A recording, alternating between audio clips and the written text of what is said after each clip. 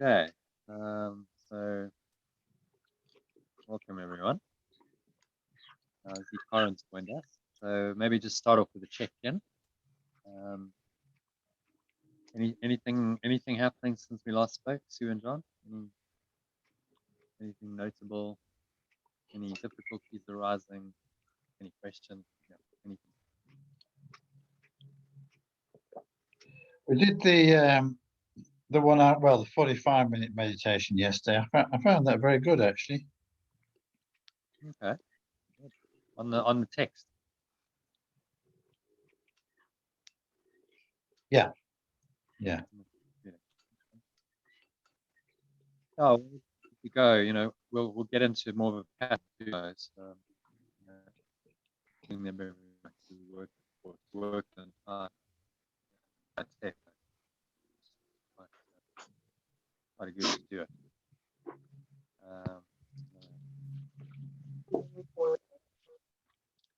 Gets you into the text. There we go. Looks like I'm in.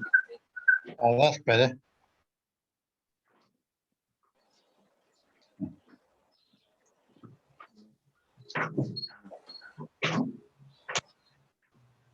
Right. Can you hear me okay? I'm on my That's laptop. better. That's better. That's better.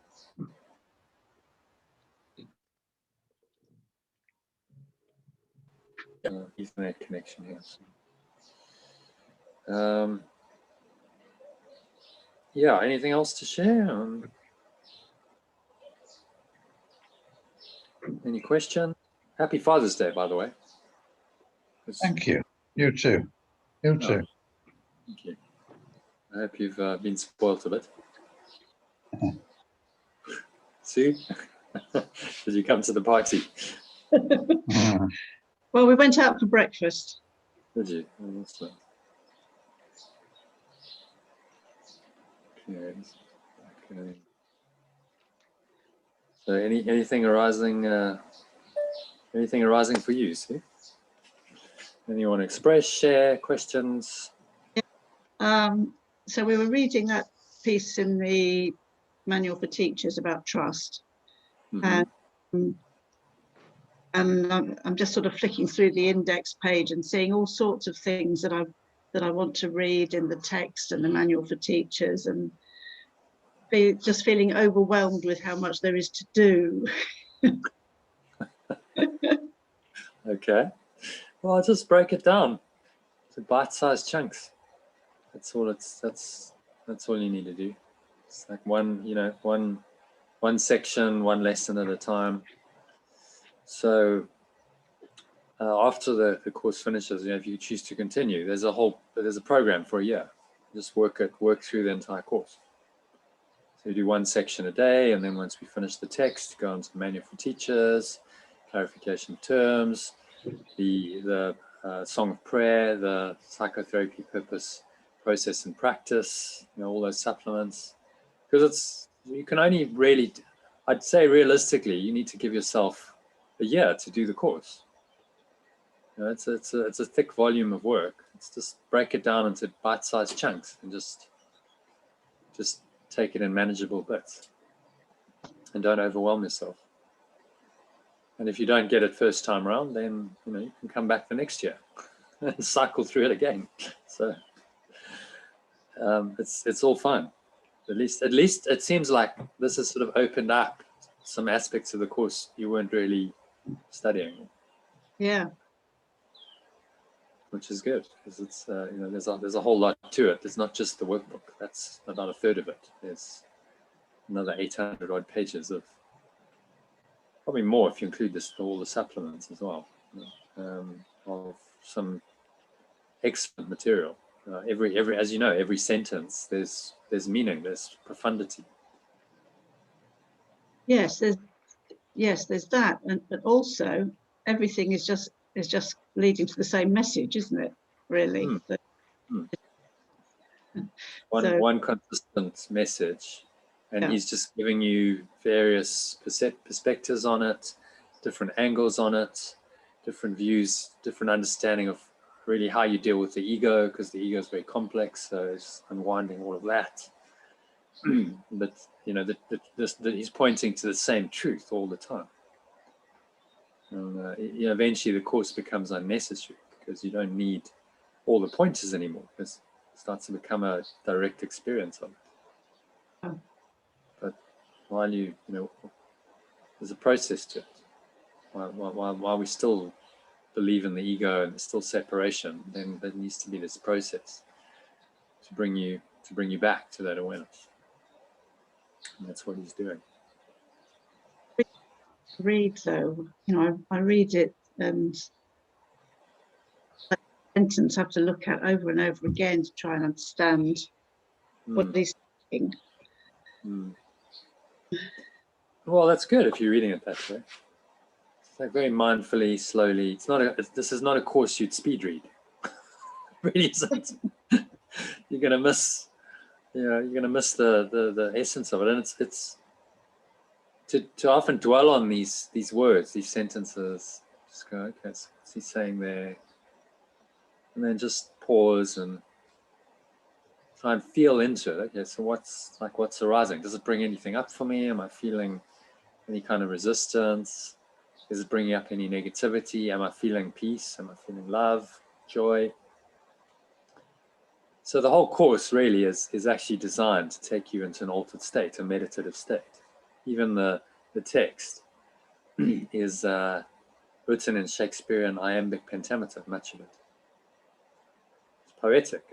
He's trying to take you into an altered state through the rhythm of the words. It's a masterpiece of literature, really, as well as being a very deep spiritual teaching. Yes, I've heard that. So I haven't read a book like the course. With this kind of English and the command of the English, and as you said, John, did you say it's very concentrated? Yeah. The use of language, and you know, it's well, I guess he's a master. He knows how to use the English language, so any language, I suppose. So okay, well, we'll use language, and we'll use it eloquently, and we'll use it elegantly, and we'll use it to awaken you. There's Kim joining us.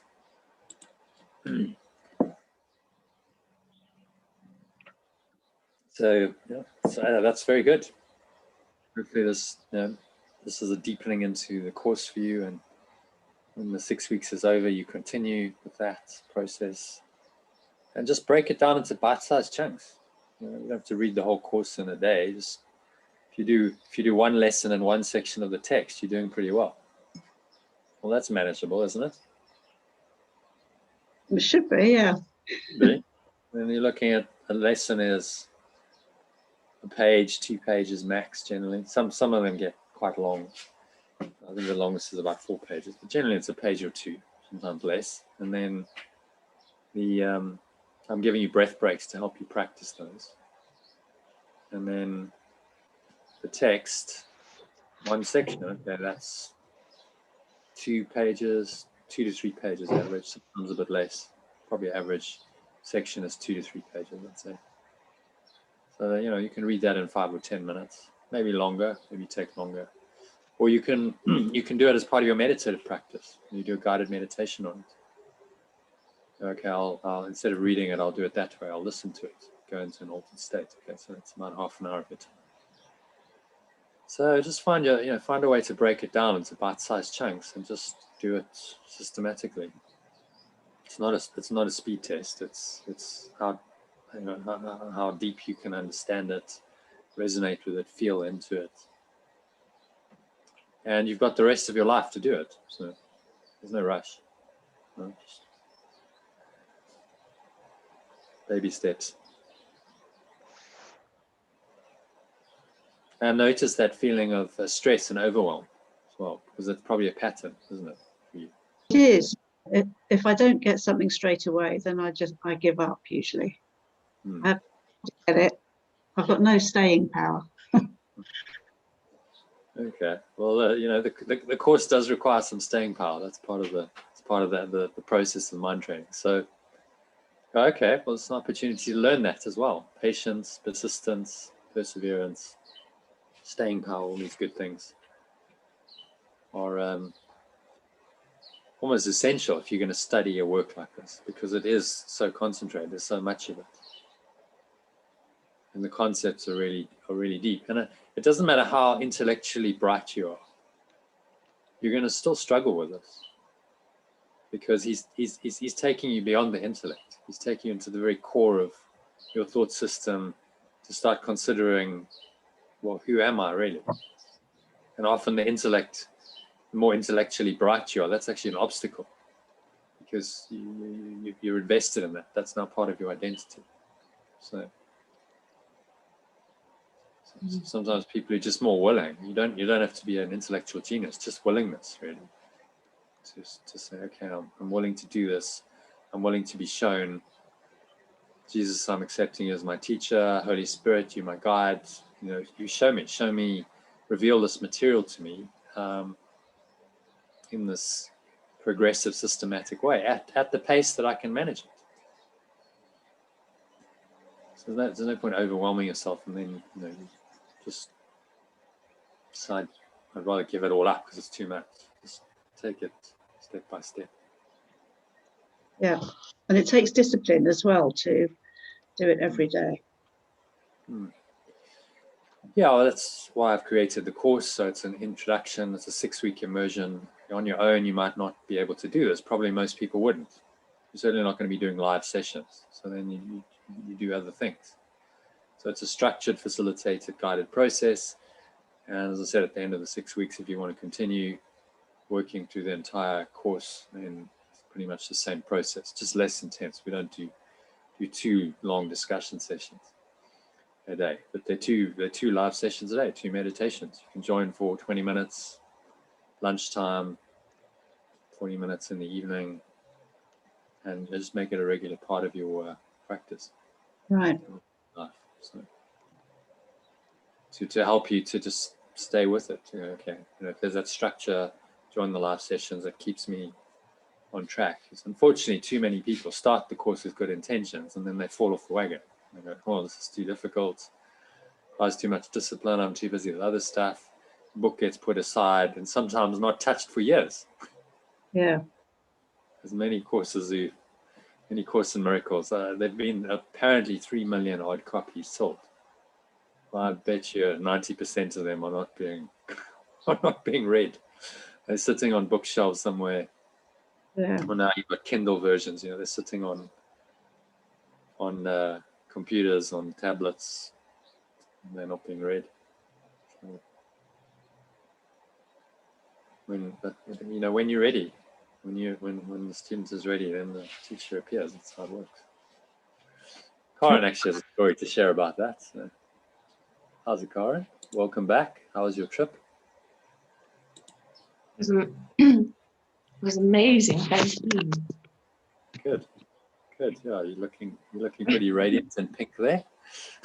Thank you. I'm all in pink. So blanket, pink tights, pink socks.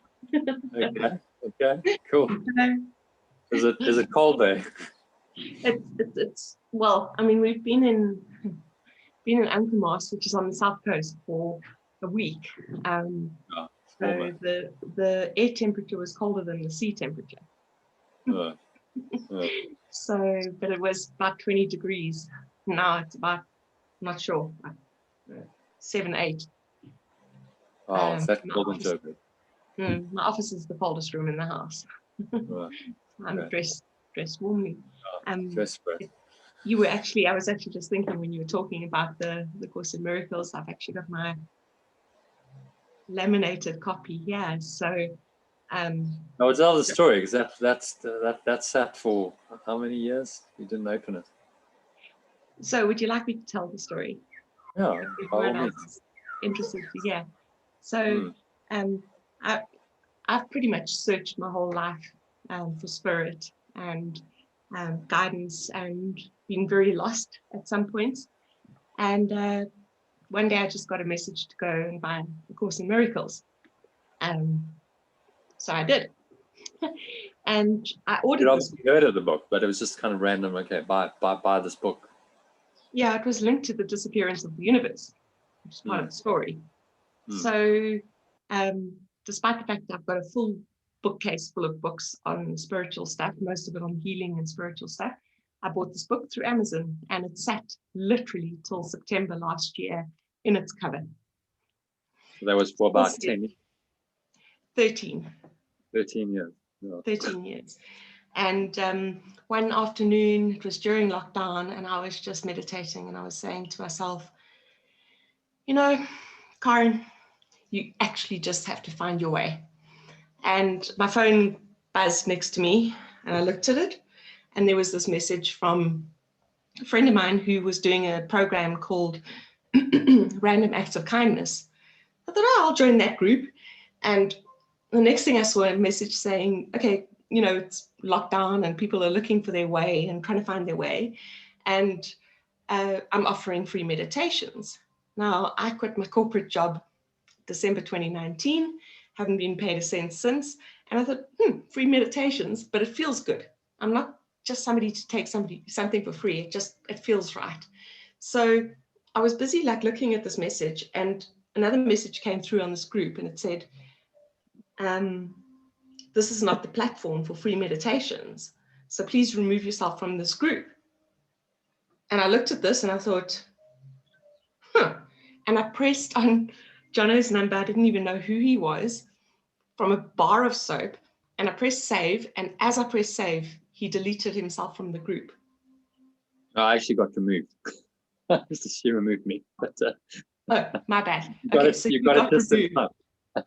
So like within seconds to spare. And then I thought, oh, I'll contact this gentleman later.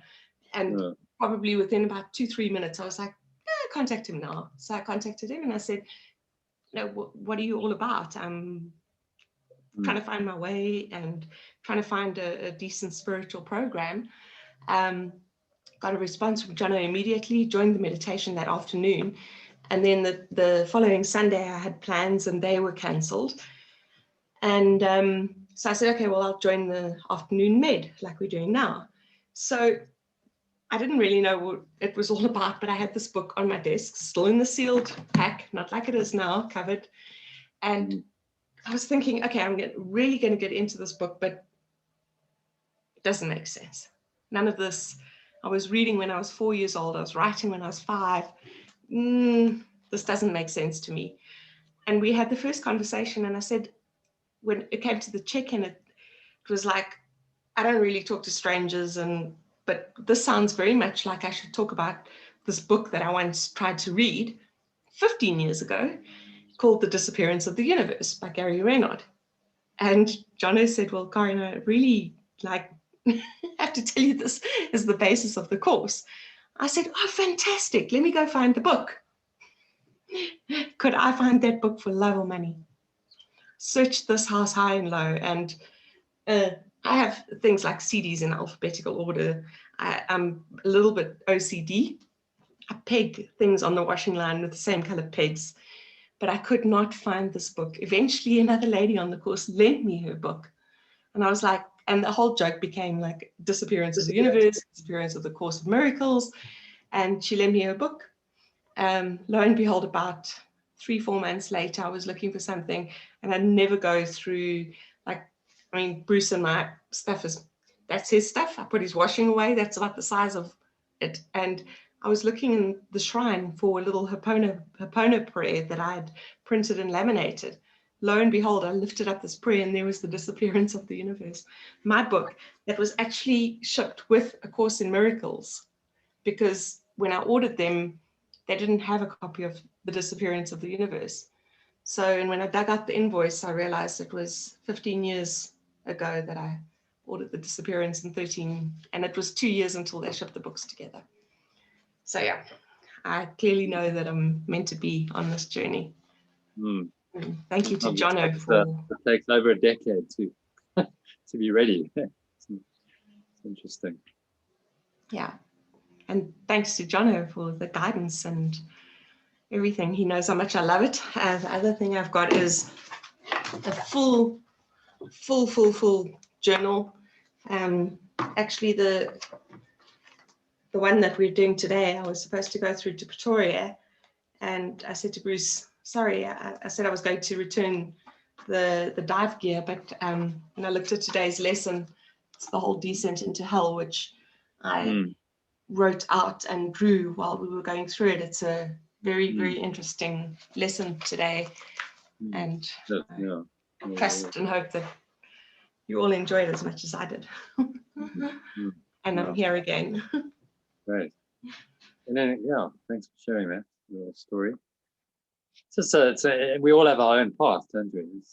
Everyone's got their kind of unique way that they'll come to this. And you sort of, if you look back on it, you see the dots connecting, don't you? It was all part of a process. And 13 years ago, there's those little prompts, and then 15 years later, you're actually studying it, and because there really is no time. The Holy Spirit doesn't really uses time, but it knows the whole picture. So 15 years ago, you get a prompt, so that in 15 years' time, there's this book, you're going to be ready, and it's all gonna kind of slot into place. And then that little synchronicity with the group. And it's funny because I just sort of thought I should put something out here. It's random acts of kindness. Well, a random act of kindness is to give people a free meditation. Why not? And then she was like, no, that's not allowed. And then I think what did it was I talked about the integral model, because she was saying, no, we want to keep it really simple, just straightforward, just random acts of kindness. But the truth of the matter is, it's not that simple, is it?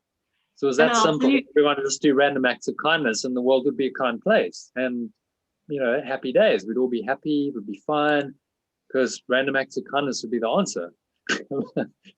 But a random act of kindness is on the external. It's a behavior that comes from an internal state of mind, doesn't it? Jono, if I may, I'll recall exactly what you said. How is this not a random act of kindness? Yeah, exactly. And I said something about, well, it's about the internal must shift. That's why we have spiritual teachings, because they point us within. And they say, without an authentic shift in your mind, your state of mind and emotions, how are you going to be consistently kind? You're not. The ego is going to be running the show, and you're going to do all kinds of things that aren't very kind, because the ego is not kind. So I mentioned this integral model. Just to go back to it, let me share my screen. I think we've been through this, Karen, but it's worth looking at again. And I talked about this about a week ago, but it's worth referencing again, because it's pretty fundamental to understanding how this matrix thing we're in operates.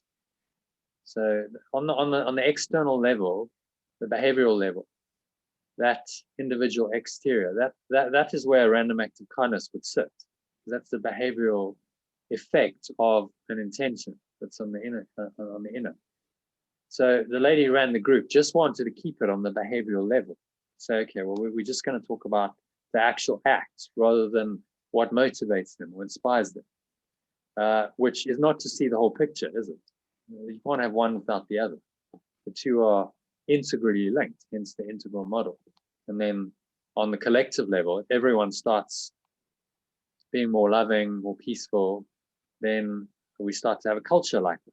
So it creates behavior with many individuals and groups, and you start to create different kinds of systems and structure.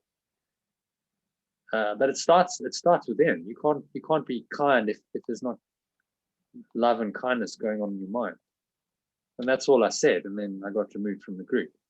But obviously just in time to get the message to the one person who needed it. That's the point. You never know. You put these things out there, and it just might be for one person who's ready, and then it lands, and that person, that's part of that person's journey, as was the case in this instance, which is a good example of a miracle. Anyway, so I just wanted to share that. Anything else to share, Corin? Anything that happened on your trip? Haven't heard from you for a while.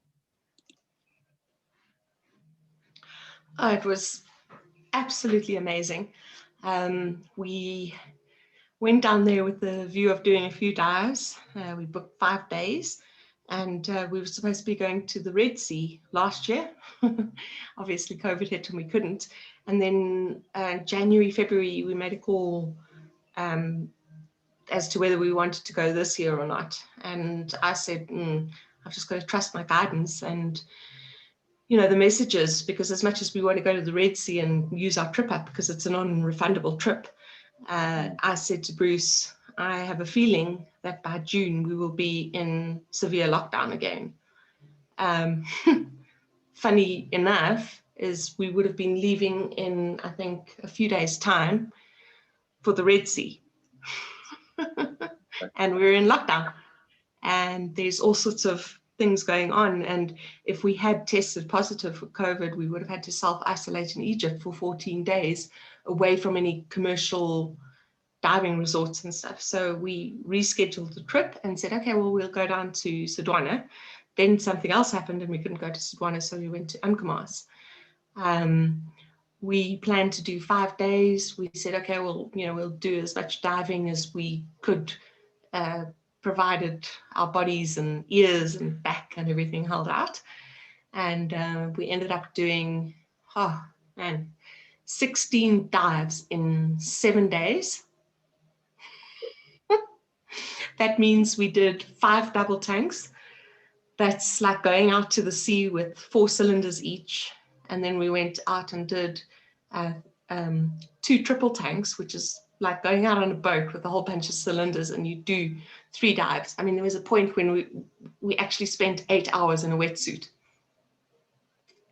So that was like the technical side of things. The sea life. Sorry? Yeah, just experientially, what did you experience? Oh, It's another world, isn't it? I mean, this is the beauty of Africa, and it's middle of winter. I mean, tomorrow's the solstice. We were up at 5 before the light. We were down, we'd had breakfast, got changed, ready. Before the sun was even up, we were out on the sea with the sun rising. And the amount of things that we saw from, I mean, the raggies are obviously all over the place. We probably saw 100 raggies, sometimes even on a dive. Those are sharks.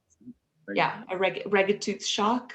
There weren't many other species around, but we're also at the sort of tail end of the sardine run, which is very well known in South Africa. In that region, we weren't in any of the big bait balls, but you could see definitely a lot of different species of sardines around, big pelagics, the mid-water game fish. So, I mean, the highlights were all the sharks. We saw dolphins on a dive, which you normally don't. Then we saw all the small creatures. I mean, we saw the very rare and elusive pineapple fish. It's a tiny little fish like this. You don't ever get to see it. There was one point where, because we're diving quite a technical dive now, we've got side mount. So you don't have to go into a cave and worry about bashing your cylinder at the top of the cave. They were teasing me. They said at one point I got so deep into a cave, all they could see was the bottom of my fins out. And I was just like blessed enough to manifest somebody lending me their underwater camera, their underwater fins, their warmth jacket. We could dive those 16 dives in middle of winter without being freezing cold. Yes, we were cold, but it wasn't freezing cold. We sat on the boat, we had some coffee, and we just saw all these amazing underwater creatures. I don't know if you can see my camera at all. And in the background, I've got, I can't see anything. Oh, there we go. In the background, you can see my calendar for this year. There's whale sharks and turtles. Okay. So it was incredible. And we came to Tuesday afternoon, and we were getting ready to pack and leave on Wednesday after our dives. And we were saying, this is the most incredible condition you could imagine. You go out there and you forget about everything that's happening in the world. All you've got is your breathing and marine life. And you just breathe and you just take it in, and you completely forget about everything that's happening for those few days. It takes you into a state of flow, would you say, where you're really just like immersed in that. You're totally present. Totally. And you have to be with doing the technical diving that we're doing. And then the other amazing thing was, we normally, Jono, you will know this, it's like me and Bruce, we've got a schedule, we stick to it. That's the time. Those are the days we've got to be doing anything. We're sitting there on Tuesday at lunchtime, and I joked. I said, hey, maybe we should extend. And I thought Bruce would be like, no. And he's like, maybe we should. So we made a few phone calls. Number one, for the pet sitter to make sure that our animals were looked after. Number two, to his joint managing director partner. I made a couple of calls to reschedule a few things. And the next thing we knew, we were staying an extra 2 days, which is completely unheard of. So we literally dived for 7 days. Dive, eat, sleep, repeat. It was really sounds like a deep dive. Yeah. Into a different different state of consciousness. It takes you, I guess. It's like, would you say it's like a meditation underwater? You're just in this meditative, really present state where you're just connecting on a level maybe you don't normally with everything. Yeah, another really interesting thing happened. And I mean, people maybe think I'm a little bit of a freak. So sometimes before we go on a game drive, I'll say to Bruce, today's the day for a leopard, and we'll see a leopard. And I just say it to Bruce. This time on the boat, you're not sitting on a game vehicle where I can just whisper it into Bruce's ear. I would literally say on the boat, I think today is the day for the octopus. Well, I think today is the day for it's a very, very special creature called a cuttlefish. It's like an octopus. And the signal for an octopus is this, signal for a cuttlefish is this. They're very, very skittish and very rare. And then I would say, today is the day for a ray or a pineapple fish or something very rare. And literally on that specific dive, we would see that specific thing.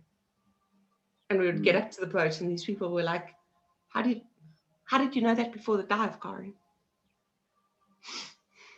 You just get a feeling, you see something. I've seen a vision of it, and I get a feeling.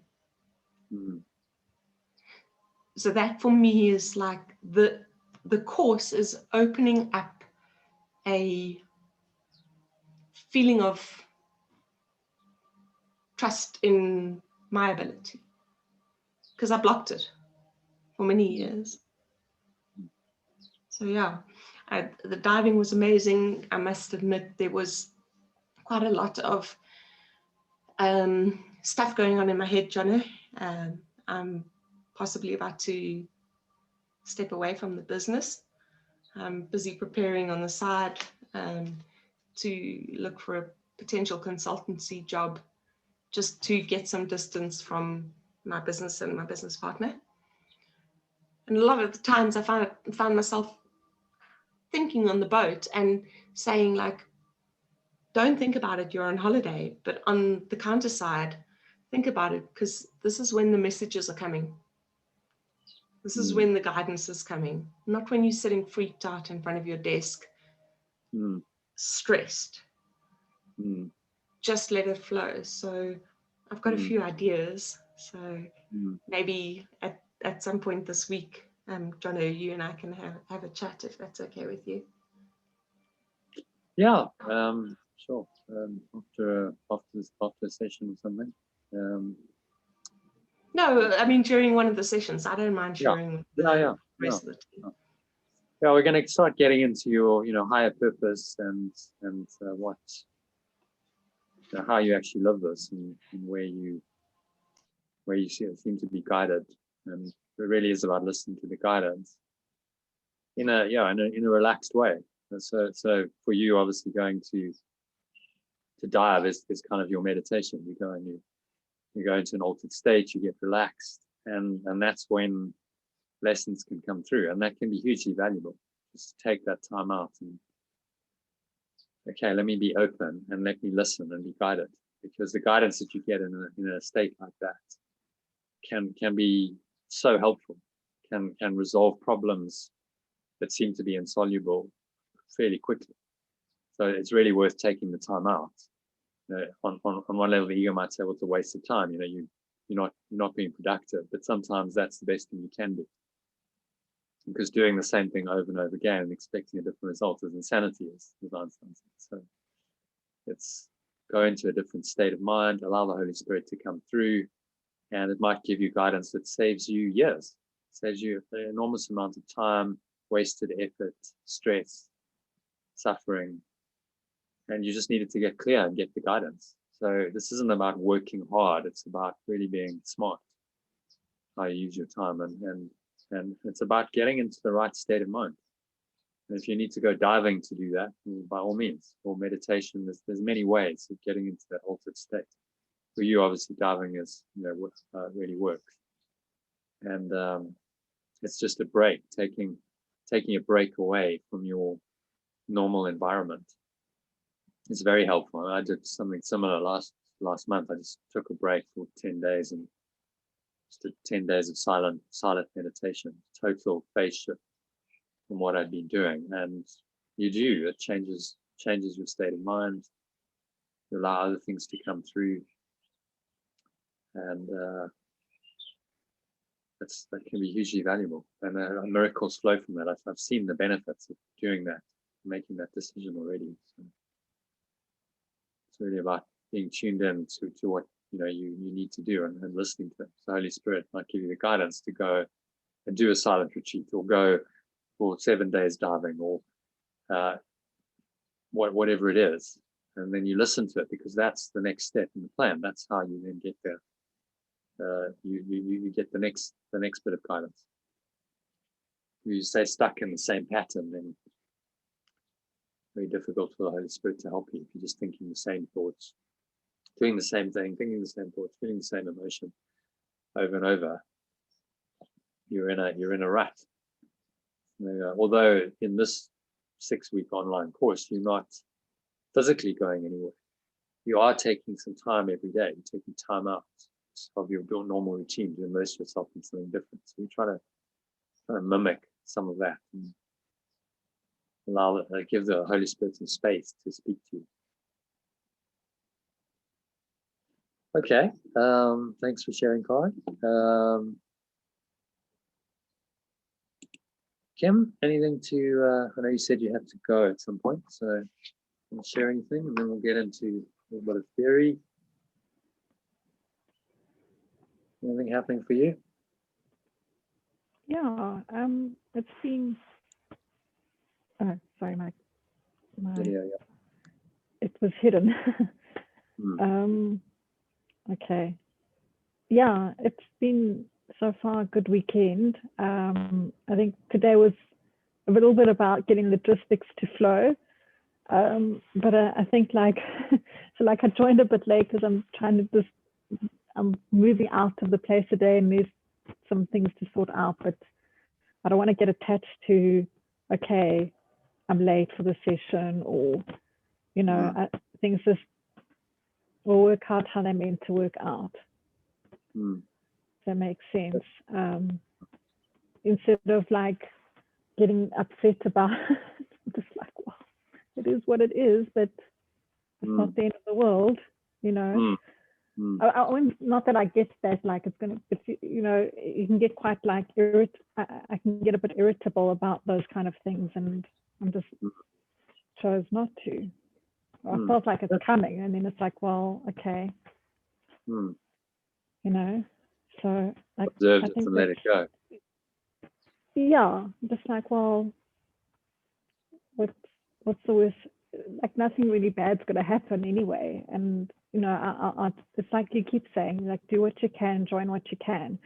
I think that's, for me, a learning thing. I always feel like I can never get through everything what I need to do. but it is what it is. But whatever I am doing, be with it. And that's for me is what I took on early when starting the course. And again, it's like a reminder as well. I know like we are sharing about it. It's like I'm not going to get through everything. I'm not going to watch all because my time is not permitting me that, but I'm dedicating the time what I can do. And I think what I've sort of chosen to do is try and get the experiential part. Like even when reading like the course notes, I haven't read all the course notes. Okay, the lessons, yes, I'm doing the lessons, but the actual the notes, the concepts, I haven't read all of them every day. Some of them, but like when I am reading them, it doesn't. With the language, I'm not particularly good at my English language. It's like if I had to read like legal things as well, it's like it kind of just goes a bit over my head.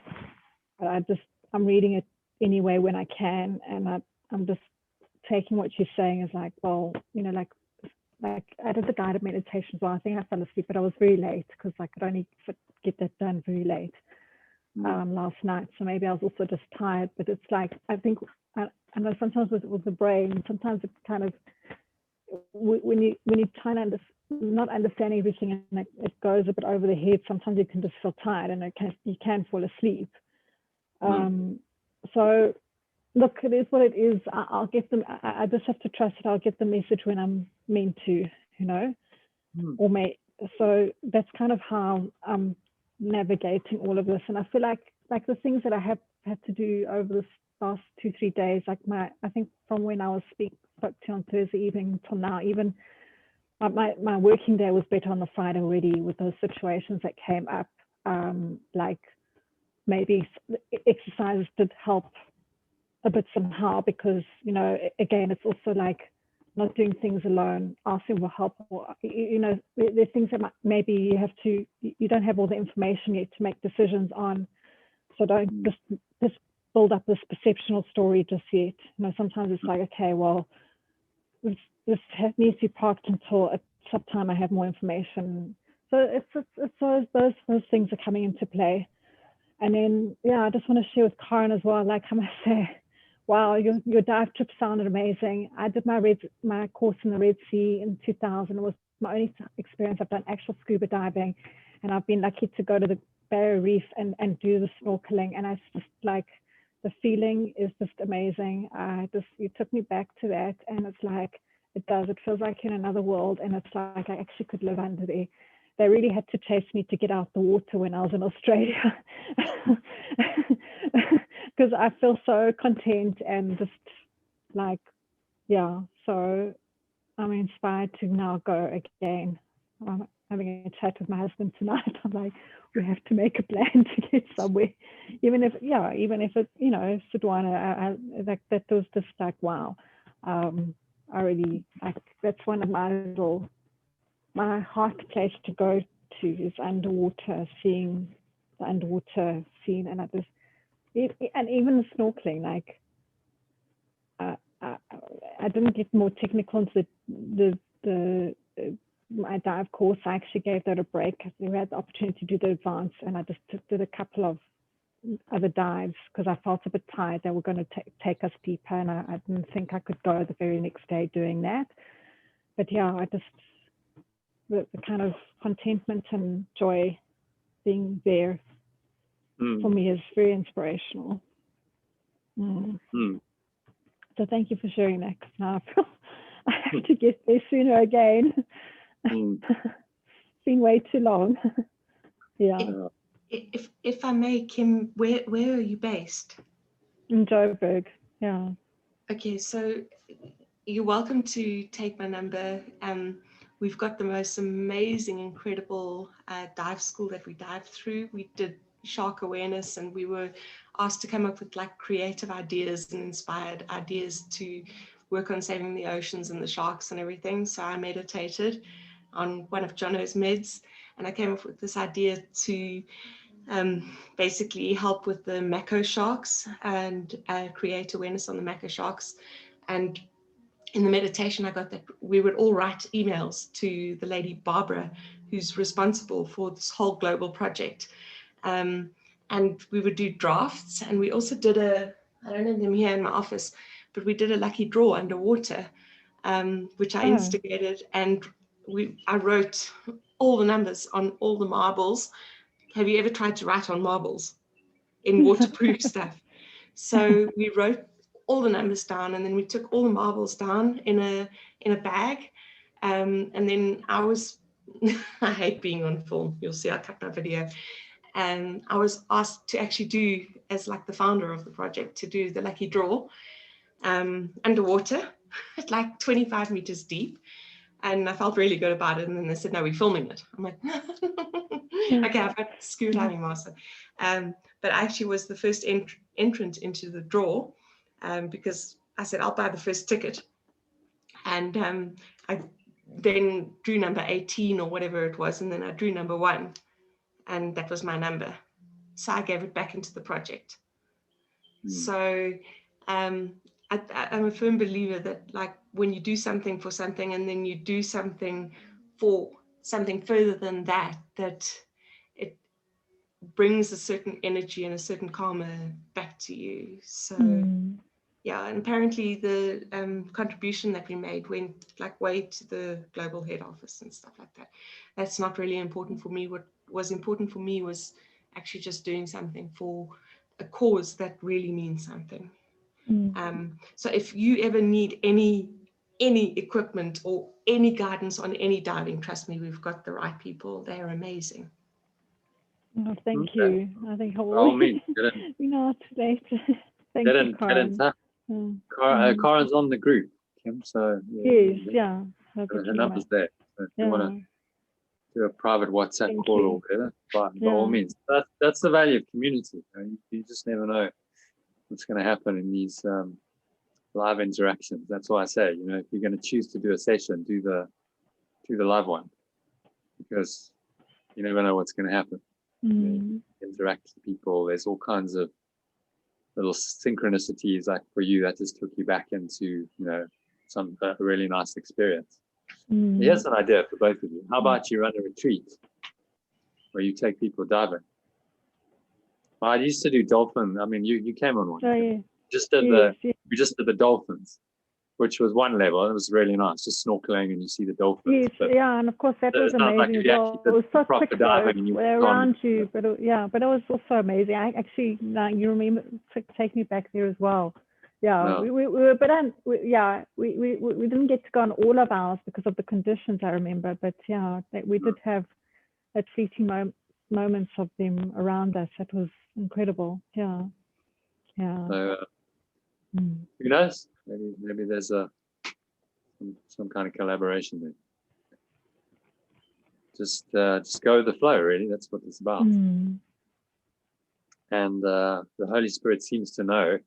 It does know who you need to connect with and partner with and work with, for the highest good of everyone and your own and their spiritual unfoldment. And it's amazing when that starts to happen. The synchronicities, really, really miraculous things happen when we start to tap in and we start to cooperate and collaborate. And that's the holy encounter. It's seeing, okay, there's oneness. We're actually the same, just different. Apparently, we've got our own lives and own stuff going on, but there's a connection, there's a sameness, and let's join on that level and just allow ourselves to be done through, to be guided in strange and miraculous ways. Maybe it's a little miracle that started here. I also happen to. I also happen to know the lady that does the dolphin retreats, and also a lady that does dancing retreats. So. Well, maybe, Karen, maybe this, your business, going, I'm exiting from that. It's, when one door closes, another one opens. Maybe that's something you could do. Who knows? I've been wanting to do my Reiki and my whole healing module for years. Running retreats, I mean, there's certainly there's an interest, there's a market for it. That's your thing. I mean, that experience of diving. I mean, if it is, I've done the dolphin thing, but I've never done the deep diving. So I'm sure there must be many people who'd be like, okay, it's not just diving. You're actually going to do it as part of a facilitated process, and you're gonna help them understand the altered states they go into. You're saying it's a dive meditation. That's what you're doing. I don't know if anyone's done them. Does anyone do diving retreats that are kind of spiritually based with meditation and like really helping people to connect? I think maybe because you go into that altered world, you can connect with like on a deeper level, because it's a different world. You're in a different medium rather than just the everyday. I mean, there's birds and there's stuff around here and it's beautiful, but it's so normal, it's just like, well, you take it for granted. But by going into that different world, it changes your state. You go into an altered state, which is of course what meditation is. So then you can get people an entry into an altered state where they can really have a deep meditative experience, start to connect in a way maybe they didn't before, and that's transformation if they can do that. So by giving people that experience, and then around it you can do things like the meditations, the breath work, some teaching, maybe some healing, massage, all of that. You could create a great kind of retreat experience for people. So who knows? Maybe that's where you've been guided. Something just came to mind, if you don't mind me sharing again. Johnny, this is the woman that didn't share anything ever. Yeah, well, you've come out of your shell, which is good. It's taken a few months. Excuse the pun, the Triton shell. So when I was about 18, I started trying to find my way back into spirit because I lost it when I was 12 or 13. My friends were like, no, you see things and you communicate with higher beings, you're a freak. And I was like, okay, well, I want to be like you guys, so I'll just do my sport and my schoolwork. So when I was like 19, I thought, I'm going to meditate, or 18, I think it was. So I decided I didn't believe in fear. I was the most claustrophobic individual you could imagine. I could not be in a lift. I couldn't virtually even be in a car. If somebody came near my throat, I would want to actually literally force them away. It was scary. I couldn't get into a lift. I'd walk up 50 floors rather than be in a lift. And I thought to myself, well, does fear exist? And I did a meditation and I said, ask for help. And I did. And I got, fear does not exist. It's only in the mind. Look at some of the lessons we're doing now. It's only in the mind. And I asked, what can help me with this claustrophobia? Because it's like having a problem. I have a problem with it in my life. So they said, find the most claustrophobic thing that you can think of. I thought, okay, so I went through it and I was like, scuba diving. That's going to be pretty claustrophobic. You can't breathe. You can't move. So I signed up for my scuba diving course the next day. And I put it out there. I had no money. And the very next day, a school friend of mine who I grew up with said he was working at the Froggy Fever dive school in Pretoria and that he could give me a discount. So I signed up for open water and I thought to myself, oh my gosh. And I looked at this gear on the ground and I thought to myself, what are you doing? You're crazy. And I put it all on and I got to the bottom 6 meters in the pool in Brooklyn in Pretoria. The fear was gone. 6 meters underwater. The fear was gone. And I think that's part of my love for scuba diving, other than the fact that I wanted to be a marine biologist, etc., and I love dolphins. So then I thought to myself, well, you've conquered that fear. I can go in a lift. I can put my own hand on my own throat. And I thought to myself, okay, what's your next fear? And I got it thick and fast, fear of heights, complete fear of heights. So I took my car in for a service, and this guy was buggering around, and he said to me, what do you love to do? And I said, I love to scuba dive. He says, I hate diving. He says, but I'm thinking of doing a paragliding tandem course this weekend. And I said, shit, no ways. I'm totally scared of heights. There's no way. Went home, did a meditation, and I got to do it. I signed up for the tandem paragliding course. Phoned a friend of mine and I said, listen, I think you mentioned paragliding one day. I've got this invitation from this guy to do a tandem paragliding course. I'm not so sure about the guy. He's a really dodgy mechanic. And he's like really into me. He says to me, but Karen, I'm doing paragliding. I'll come pick you up. I'll take you. You join us and this strange guy and see if you like the look of it. So I went there and I was like, no, get this guy away from me. I was still scared of him. And they said to me, no, but you look quite sporty. How about you just ground handle this paraglider? I was like, no, I don't know what I'm doing. Within about half an hour of ground handling, the instructor walked up to me. He says, but where did you learn?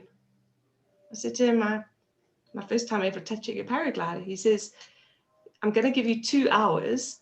And if you're as good in 2 hours as you are now, you taking your solo flight. I said to him, no, I just want to do a tandem paraglide.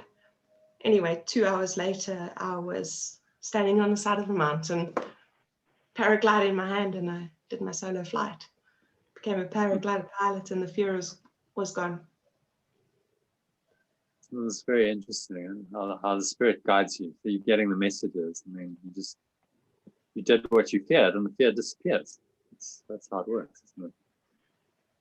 Yeah, I think what's interesting changes your life. If you've shifted on one thing, because you did the scuba diving, then okay, well, I can do this for something else as well. So that's the value of these experiential things. Like, I'm sure there are plenty of people who'd be scared of paragliding or of scuba diving. Well, take them on a retreat and show them.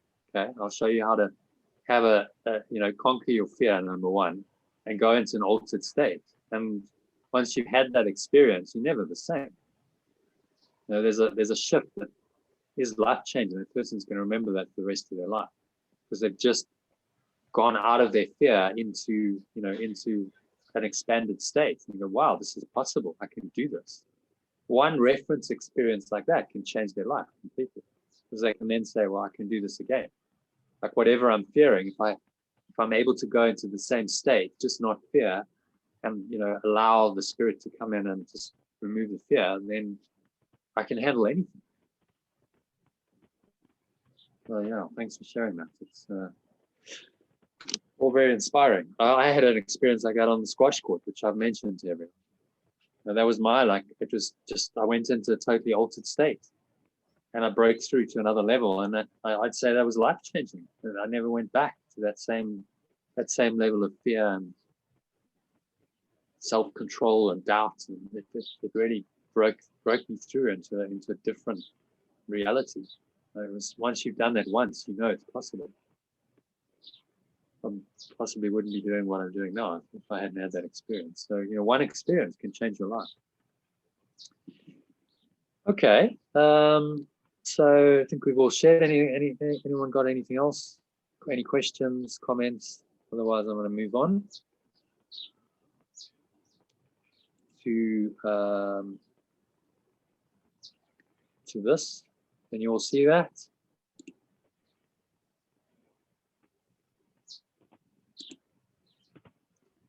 So I just wanted, we did this before, but I just wanted to have another look at it, because there is a lot to this, and it's really worth coming back to. So let's saw any questions about it. I think you've all done it once. Is that correct? Did you all do the live session I did at some point? Yes. Yeah. Yeah. We didn't. So Is there anything here that you're not sure about, that doesn't really make sense, that doesn't stack up? So that's a good way to start. We didn't actually do this one, Jonathan. No, you didn't. Oh, okay, all right. So that's good. We'll just start it from the top then, maybe. So I'll just give you a little 5 minutes overview of what, maybe 10 minutes, of this descent into hell, because it's important to understand the metaphysics of what the Course is teaching. This is why forgiveness works, because this theory is true. So I'm going to go through it, and you make your own decision. But this is really a high-level summary of the philosophy of A Course in Miracles. So the one-page summary, if you like, of the theory, anyway. So God or love or oneness is all there really is. That's where it starts. It says this glow, GLO as I call it, is still the truth. That's all there really is. That's all there really ever has been. It's infinite, it's eternal, permanent, unchangeable. But at some point, the thoughts of separation seem to enter into the mind.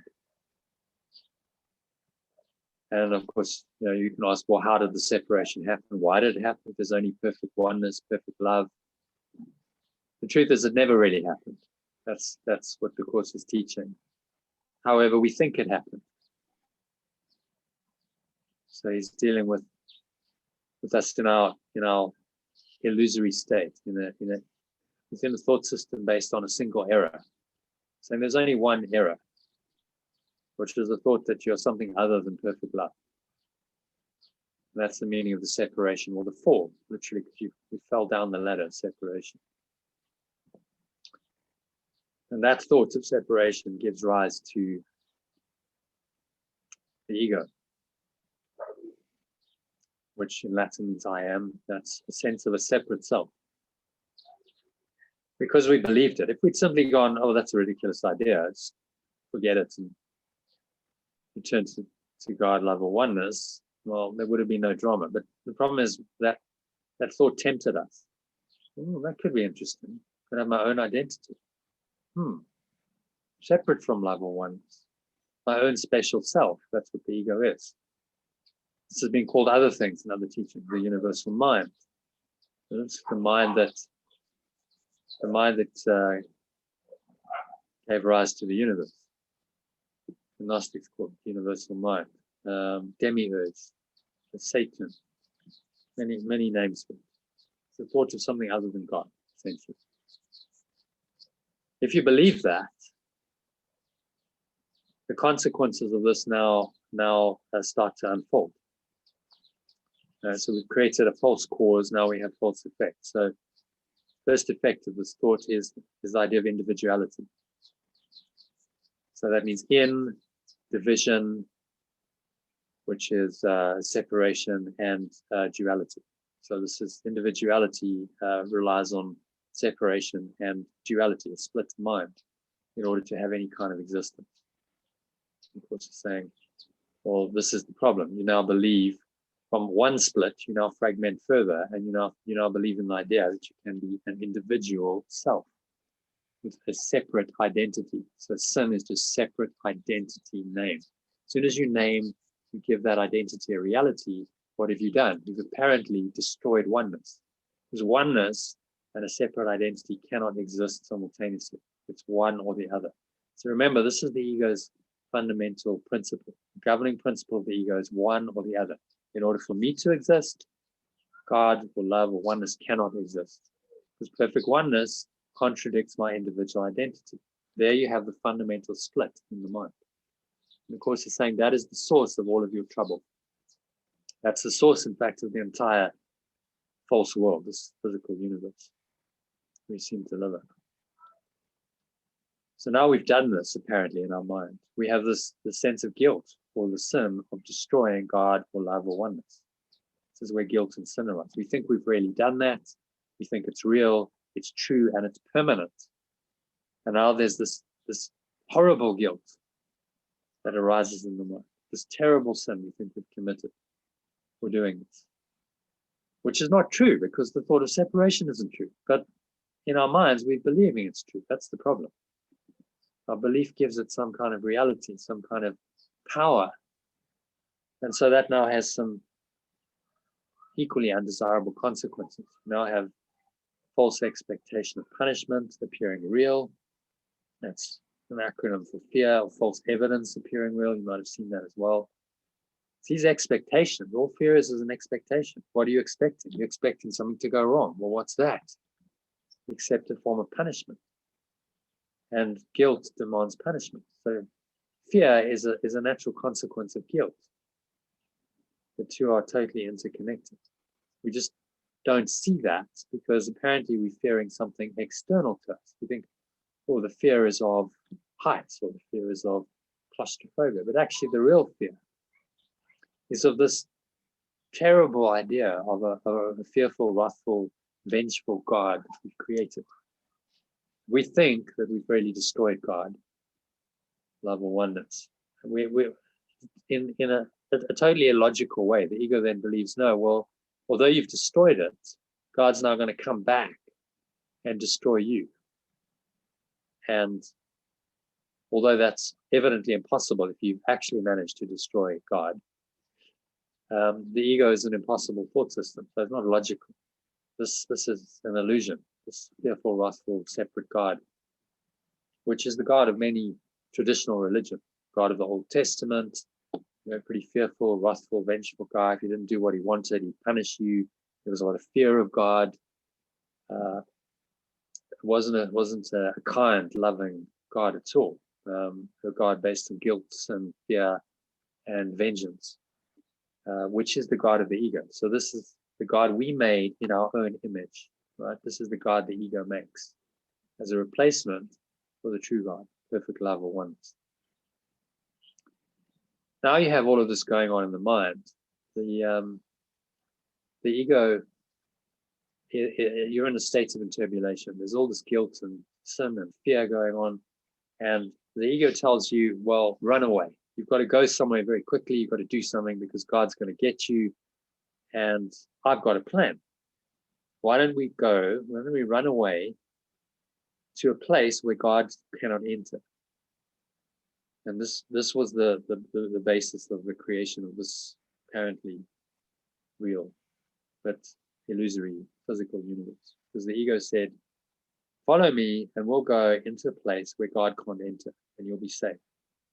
I'll keep you safe there. God can't enter. I'll be in charge and you can maintain your separate identity. And I'll exclude God. God can't catch you there. God can't get you there. The problem is these ideas are in the mind. So as long as they're in the mind, they're there. They're resident in your mind. You're not really escaping them at all.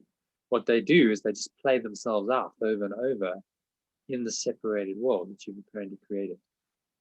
So as a natural consequence of separation and individuality, you now have to fragment further. Right? This Big Bang, cosmologists tell us the universe was birthed in one massive explosion of energy, but they can't really tell us why that happened. Well, the Course explains why. But the emotion of guilt and fear attack was so intense that intensity of thought got projected out. This projected thought outside of the mind. That's where the Big Bang came from. It's just thought. Apparently now projected outside of the mind. And now that we've started this process of some kind of external projection, it leads to all these consequences, which we see manifest around us. We see fragmentation of this mind over and over and over again. That's been happening since the Big Bang. It's been splitting, separating, dividing into different forms of energy and matter. Matter is just a form of energy, as we know. And if this happens over and over and over again for billions of years, then we get these various forms. We get a world of form. We get all these separate forms, these separate bodies, animals, plants, and so on, which populate this apparently separated universe.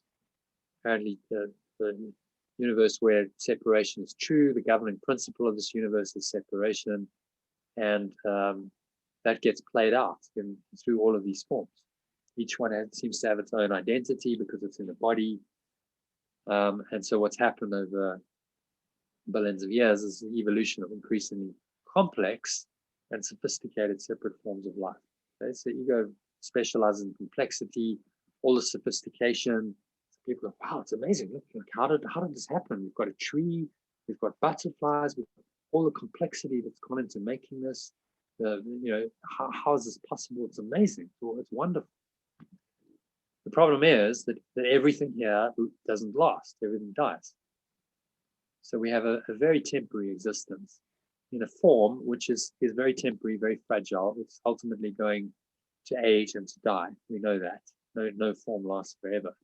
But we've identified with these forms. Our particular form is called human form, Homo sapiens. We think we have these bodies. We think we have some kind of separate existence in the body. We think we have a personal identity. We think we have special relationships with friends, family, and other people, and so on. And that's the life the ego's given us through this whole process.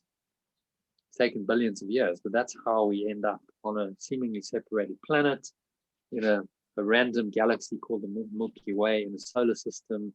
And we're going, how did all this happen? Why are we here?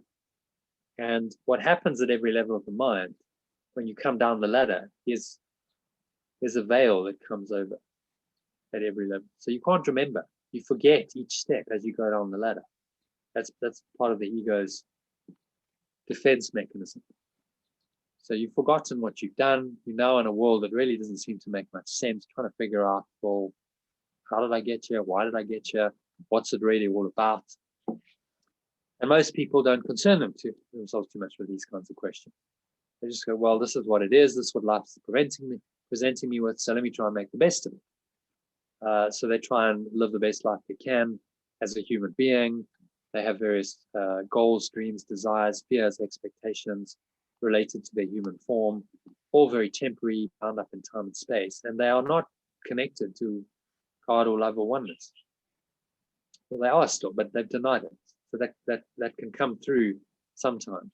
But most of the time, most people are just dreaming that they are already human, and they're just doing the best they can to live their life in a human form. Problem with doing this is that you've got all this guilt, sin, fear, and attack, which manifests itself as accusation, blame, complaint, and attack of God. We think God's attacking us. We think we can attack God, other human beings, various other separate forms of life which seem to exist on this planet.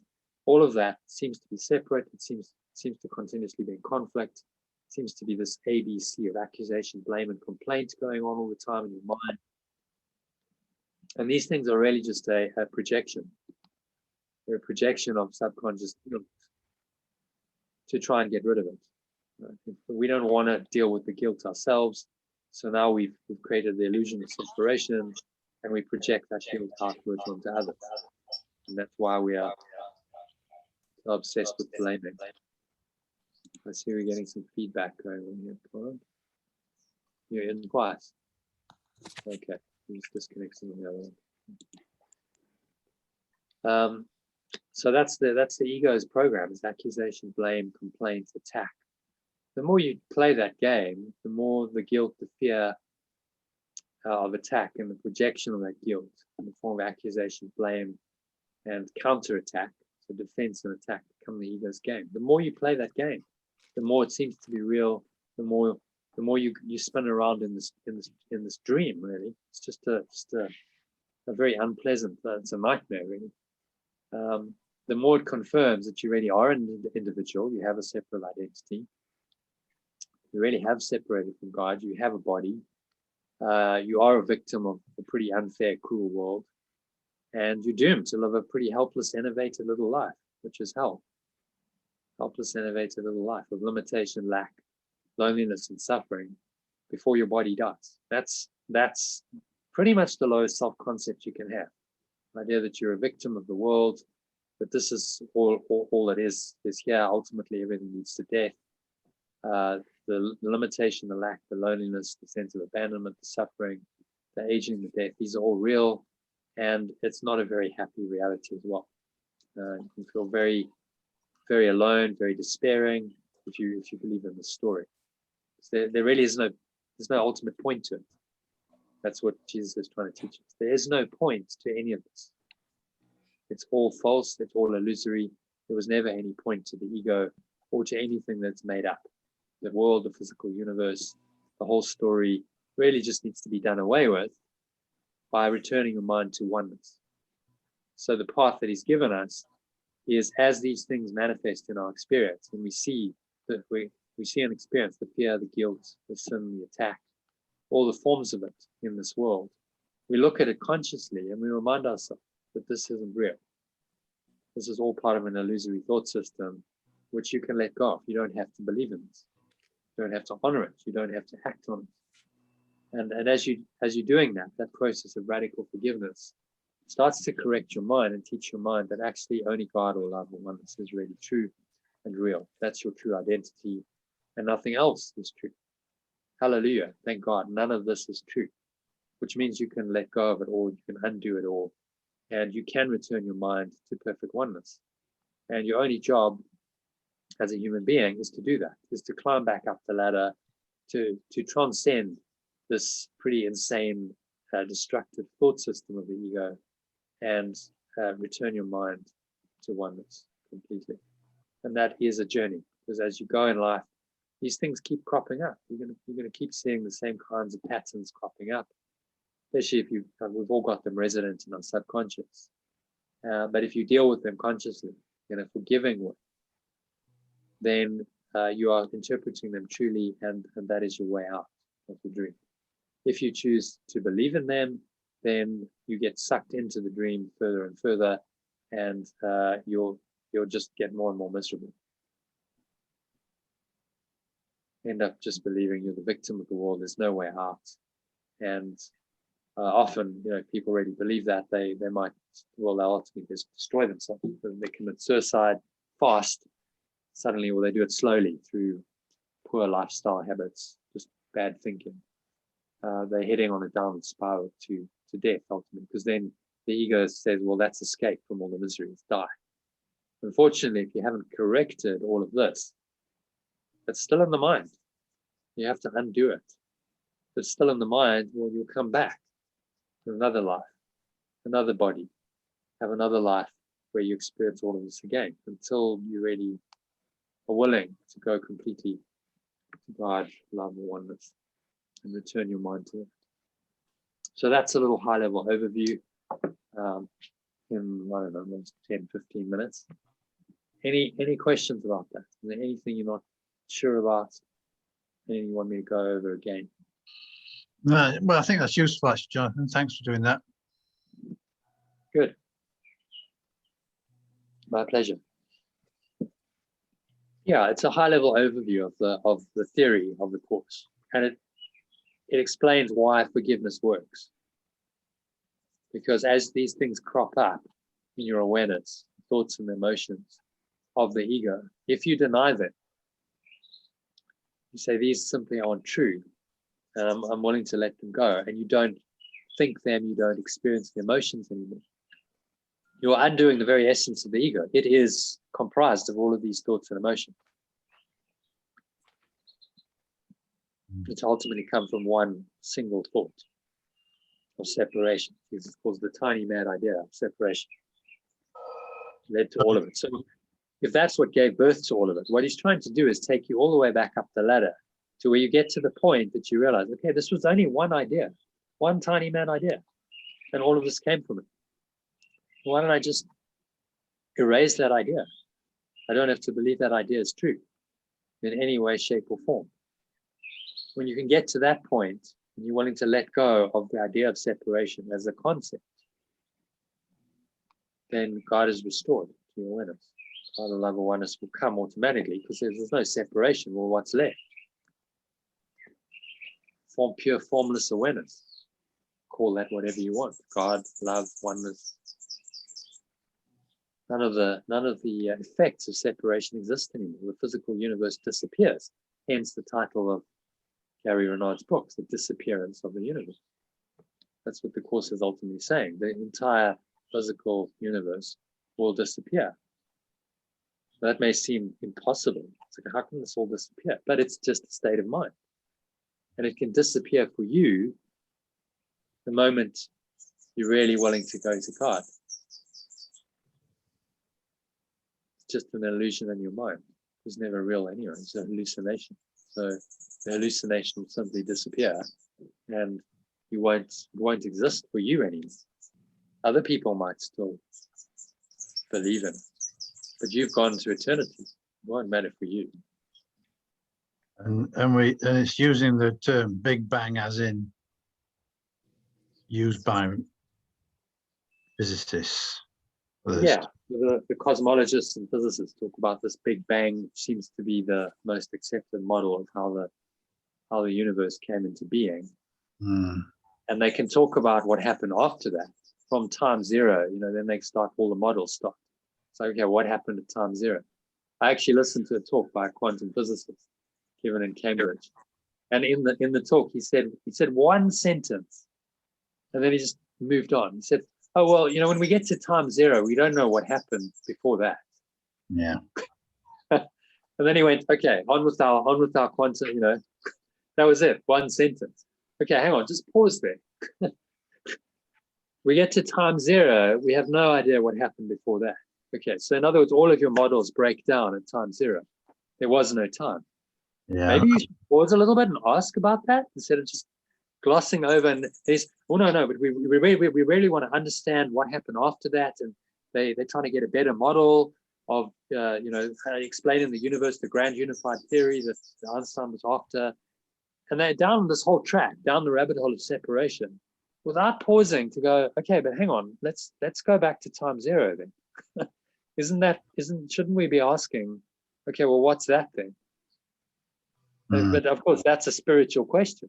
You go beyond science because there's no models there. There's nothing except perfect oneness. So now you start going to the domain of spiritual mystics, where they go, yeah, okay, let me go into that. Let me experience that. Okay, there's just perfect oneness. There's perfect peace there. Wow, this is beautiful. What a reality. This is lovely. Or I could have this after time zero, when the Big Bang seemingly happened, and now try and figure out all of this. Why would I want to do that when I could just have perfect oneness? It's the kind of question Jesus asked himself. Yeah, I like to figure all of this out when actually I can experience this and it's perfect. And none of the complexity exists. Yeah. So maybe this is the truth, and maybe this is all illusion. I like tying that in with the Big Bang. I mean, I've also heard that thing about physicists don't know what happened before the Big Bang. Right. Yeah. But they don't pause to then go, okay, well, maybe we should be really considering that, rather than spending all of our time trying to explain what happened after the Big Bang. Maybe we should consider the time zero. It's like if we really contemplated that, maybe the answer's there. Maybe we'll never find the answer.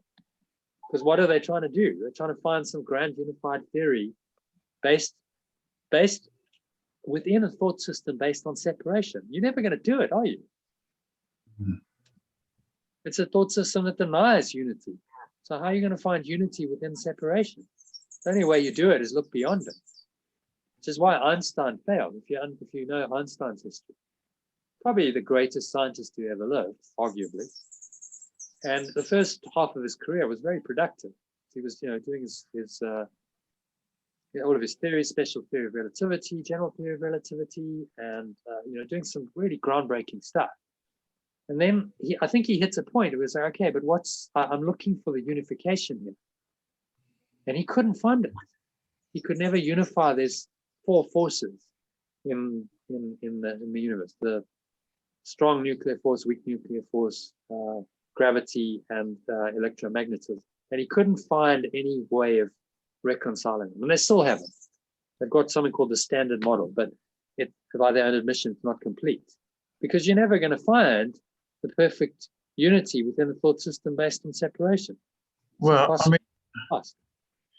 but as I understand it, Einstein opens up the idea of God as well. I mean, he says, as I understand it, he admits that he can't find all the answers and says, you know, well, maybe there is a God. You know, I can't deny that. No, God, his response to quantum mechanics, which he never agreed with, was God doesn't play dice with the universe. So he was struggling. He was wrestling with this very fundamental issue in his mind of, I'm looking for unity, but I'm trying to find it within the scientific construct which he'd immersed himself into, which is based on an idea of separation. All science, any science, even quantum mechanics, is based on the thought of separation. It's what happened after the separation, time zero and onwards. And he was trying to somehow find unity within this thought system of separation. And he never did. And I'm not sure he ever came to a resolution in his mind.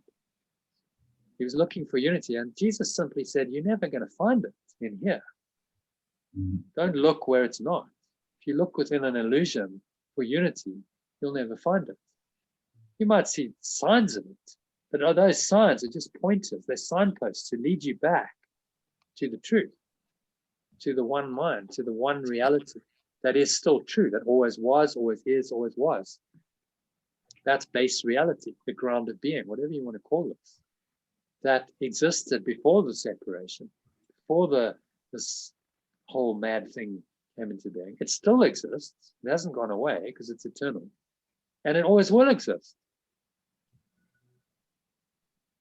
And he's saying, surely you'd rather go there to find truth than try and look for it in a dream world. You're never going to find it here. Which of course means you have to let go of all of your attempts to explain this, whatever those models are, scientific models, quantum mechanics, cosmology. There's various psychological models that work within this construct. There are many, many, many. The ego loves all of this. We can carry on going around and around, studying the separation and the aspects of the separation, and really assuming that the separation happened whenever you do that. It goes back to our previous conversation, where you said, well, how did the separation happen? Well, just by studying all this stuff, you're assuming that it did happen. And the more real you make your models, the ego's happy because you're assuming that the separation really happened. Therefore, all the models are real. And Jesus just saw through all of that. He went into the desert for 40 days and he said, I'm going to sit until I get the answer to this problem. And in 40 days of fasting and meditation, it came to him. Well, the answer doesn't lie within this thought system. You're never going to find it here. Oh, okay. Answer lies here. So let me just go to God. God exclusively. Only the truth is true and nothing else is true. Well, what could be simpler than that? Now, the only way you'll ever find your way out of this, when he's giving it to him, he's saying, look, this is simple stuff. Just go there. That's where you'll find it. You're never going to find it here. So let all of this go. What could be simpler? And yet, it's not that easy, is it? Because we're so immersed in this. We've played out this dream so many times, over and over. These thoughts, these beliefs seem to be so real. They seem to be manifest. They seem to have power over us. We give them power. So it's quite a job to say, I'm really going to let go of all of this. Not one shred of the thought of separation is going to remain in my mind when I'm done with this. I'll be perfectly associated, perfectly one with oneness, with God, with love. I'll just have that experience, even while I'm in a human body. That's the enlightened state. Did you have a question, John? No, I think it's a good summary, actually. I'm just kind of struggling a bit with, I don't want to go off on a tangent, actually. It's Gary Renard and Disappearance of the Universe, which I read some years ago, and I totally enjoyed, and it did shift my thinking. But there's a lot of noise goes on in the background about, did Gary Renard invent this appearance of these spirits and people that spoke to him? And yeah, the ascended masters. Well, maybe he did. I suspect he probably did, but it doesn't matter. no, It's a vehicle for teaching. He yeah, even said at the beginning, well, whether you believe that Arten and Persa really appeared to me or not, doesn't actually really matter, yeah, because there's a teaching coming through. So if it's a useful teaching device, I find it helpful. Other people find it helpful. yeah, Did the Arten and Persa need to appear to him in the physical? I mean, he's now created that story, and so he's not gonna back down on it, because then everyone will go, well, you're a fraud. But maybe he did. But if it's a useful teaching device and it's helped people to understand some of these ideas and get into A Course in Miracles, which it has done for many people, then yeah. it's guided by the Holy Spirit. So. Aware that he says at the beginning that you can either believe it or not. No. There's no way of verifying, because he destroyed the tapes apparently, and no, they've never appeared to anyone else. So okay then, Gary, it's you say this, no one else has ever seen them, which is how he's kept it. So I suspect it probably was. There's a couple of things that happen in the disappearance. He quotes the Gospel of Thomas. So this was given by Persa, who's supposed to be Thomas, but he quotes it verbatim, word for word from someone else's translation. It's like word for word. Okay, well, that's a little bit fishy. It's word for word, not even a word different. But in the end, you can get sucked into controversy. Yeah. No. Yeah, and forget the whole point. The point is, to focus on the message. yeah. And it is a good way of conveying some of these fundamental teachings in the course.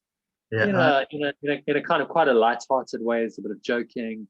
It's more vernacular, conversational. I agree.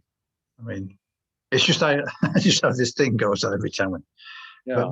But he has explained the fundamentals of the course to many people and shifted a lot of people. He has, yeah.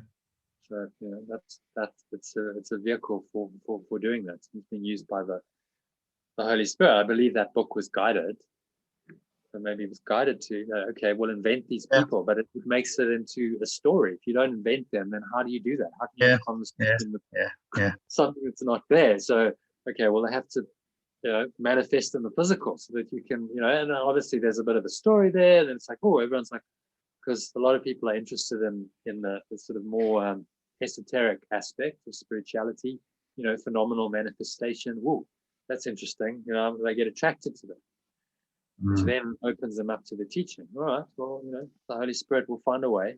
It's fine. Yeah. So, like, I don't personally, but that's just my personal opinion. I don't think they really did, but who knows? Yeah. And then it doesn't matter. Doesn't matter. If it's helpful, then use it as a way into the course. And I recommend most people, if they want to start in the course, just read that. So it's a nice entry into it. And I agree. The course a lot, and then it's okay. Well, if you're interested in that and it kind of resonated, then the next step would be okay, get the course itself and start working through that. So, and it's in the end, it's one plan of atonement, of at-one-ment. We're all on the same track. We're all trying to help in that one plan. So Gary's doing his thing. There's other teachers doing their thing. And we should all be helping each other. It's one plan. We're working for ultimately the same Holy Spirit is inspiring all of us. There's one God, one Holy Spirit that's guiding this plan of the awakening, which is is beautiful. I actually saw, interesting, just before I got on here, I saw David Hoffmeister retweeted something I tweeted back in May. I was like, wow, David, that's so cool. Thank you. You didn't need to do that. They do their own thing, but he's just retweeted something where I was inviting people to my masterclass. Like, because I said, if you having difficulty with the course, it doesn't need to be difficult. Join my masterclass. That was the tweet, and he just retweeted. It's like, that's so nice. That's beautiful. Thank you. It's just a symbol of joining, isn't it? It doesn't have to be my thing, because he's not involved in this. Although I talk about, I reference David quite often because I think he's a great teacher. It doesn't have to be my thing.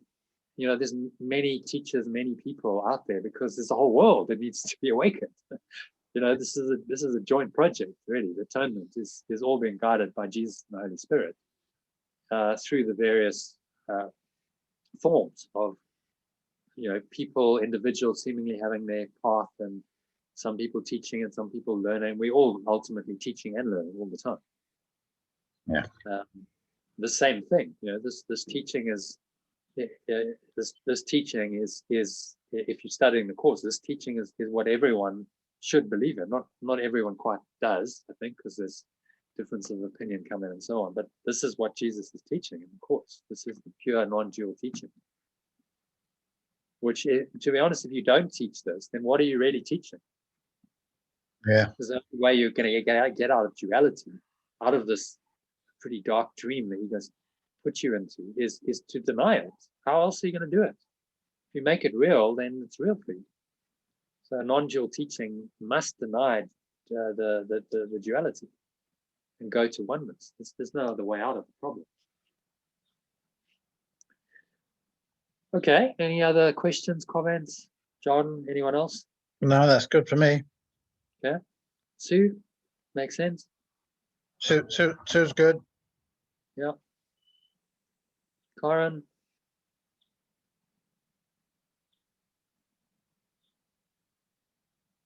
Karen's still there. Kim? All good. Thanks, Jana. Okay. Yeah, I think there's certain things I'm still trying to reconcile, but not about whether it happened or not. I think it's just about how you work with this in this world, which I understand the courses will be teaching about, but yeah, I think it's a question for another day.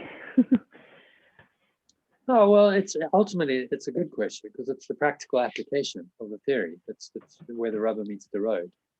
And so how he's saying you work with it is you do the workbook lessons, you practice the exercises he's giving you day by day, applying them to all your situations.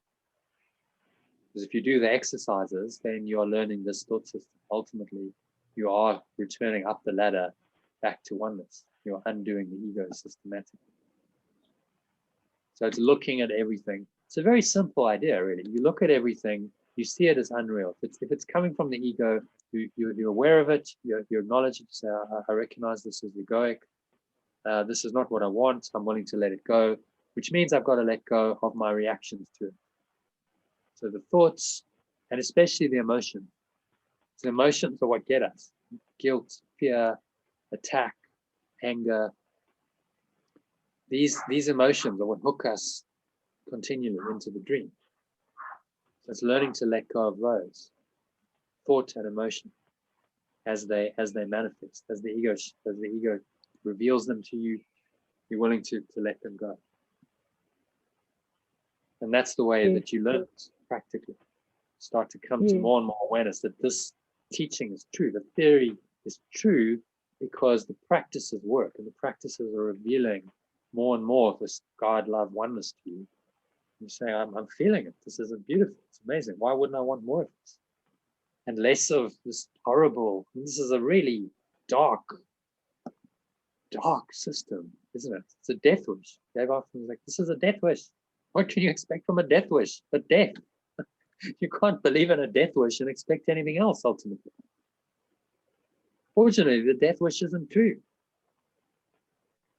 But that's the part I'm happy to let go of. It's just, again, so just coming back to like Karen's experience and what talking about like the diving, and it brought me back, and like that felt very good and elevated and joy. But that's still something that was based on, maybe that was spirit coming through, but it's still based on something that was of this world. So if I look at that little picture of the animals, see, I like animals. So I don't have a fear about what I see there. So how do I reconcile that? Well, because you understand that the animals are just a temporary expression, right? No form, no animal's form will last. Animals die just like humans do. Yes. So if you're attached to the form of it, it's all pretty sad. You know, everything comes in, they have this pretty temporary life, and then they die. Sometimes a pretty horrible death. That the way nature works is cruel. However, that doesn't mean you can't go into nature and really connect with spirit and have this joy and this connectedness coming through. But that is not really of this world. That's the truth of the matter. Where's that coming from? Joy is not of the ego, that's for sure. Joy is coming from spirit, which is still in your mind. Yeah. All that happened was that experience triggered. It opened you up to experience that state of joy more fully than you would otherwise have been able to. And the Holy Spirit can use all the manifestations of the ego for the purpose of your awakening. So all of this can be used for the one purpose of awakening you to God, love, oneness, and experiencing these higher states of love, peace, joy, happiness. That's the happy dream. The Holy Spirit reinterprets all of it. Doesn't make it real. Say, oh, the animals are so beautiful, and because the more attached you get to the form, well, the downside of that is you're going to have to deal with the death, the suffering, and the death. And look at how the animals are suffering, and look at how the sharks are being decimated, and the animals, the dolphins are being killed, and the whales are being hunted, and and then you have all of that arising because it's all very sad. You get attached to the level of form. But if you just in that moment you experience that joy coming through and that feeling of connectedness, well, that's beautiful, no problem. You're not particularly attached to the form. The form of those animals will come and go. But it was an experience that allowed you to feel that joy, which is coming from spirit. The ego doesn't know how to do joy. It doesn't understand joy and love and peace. It understands all of this stuff. So it's coming from your right mind, and you've had an experience of it, just a catalyst for it. Then there's nothing wrong with it. But don't just go and get attached to the experience. Don't go, oh well, the joy only comes when I'm diving. No, that's not true. Yeah. Joy is eternal. The diving can be a catalyst for it, no problem. Just don't go, oh well, that's my whole experience, and I can only get it there. I remember once a lady a friend of mine, she spent a couple of years in Croatia in her mid-30s. And she said it was amazing. It was so amazing. It was dolphins, and she was doing stuff with dolphins. And that was for her like the highlight of her life. That 2 years was like she was in flow. It was so blissful. And then she had to leave. She came back to South Africa. And her life hasn't really measured up to that, little 2-year kind of period where she was really in a flow state. And so she's seeking to go back to Croatia to recapture it. And I said, it's not there. It's not in Croatia. No, the experience was an altered state in your mind. You just have to know how to tap into it wherever you are. And probably when you go back to Croatia, which she subsequently did, you're not going to have the same experience. That time was over, and she didn't. It was a certain time where she accessed the state of flow, and she went, oh, but it was the experience. It was that the time, the place. I need to recreate it on the level of form, but that's not true. You just need to learn how to tap into that flow state wherever you are. Now you're really starting to learn the lesson. Because you're saying it's actually that love, that joy, that flow state, and that's eternal. Can't really ever lose that. And it's not reliant on anything in time and space. I don't need a certain set of circumstances, people, places, and events to line up to allow me to get into flow. It's great if they do. Well, by all means, go diving or whatever it is that gets you into flow. But know that it's not exclusive to that. This is the state you can attain anytime. In fact, the whole teaching is that you should try and be in that all the time, because this is your natural state of awareness. And so these experiences can be really helpful on the path. Oh, it's a peak experience. I had it. Wow, it opened me up Okay, well now that same state of flow and love and joy, can I experience that on a regular basis, just in my daily life?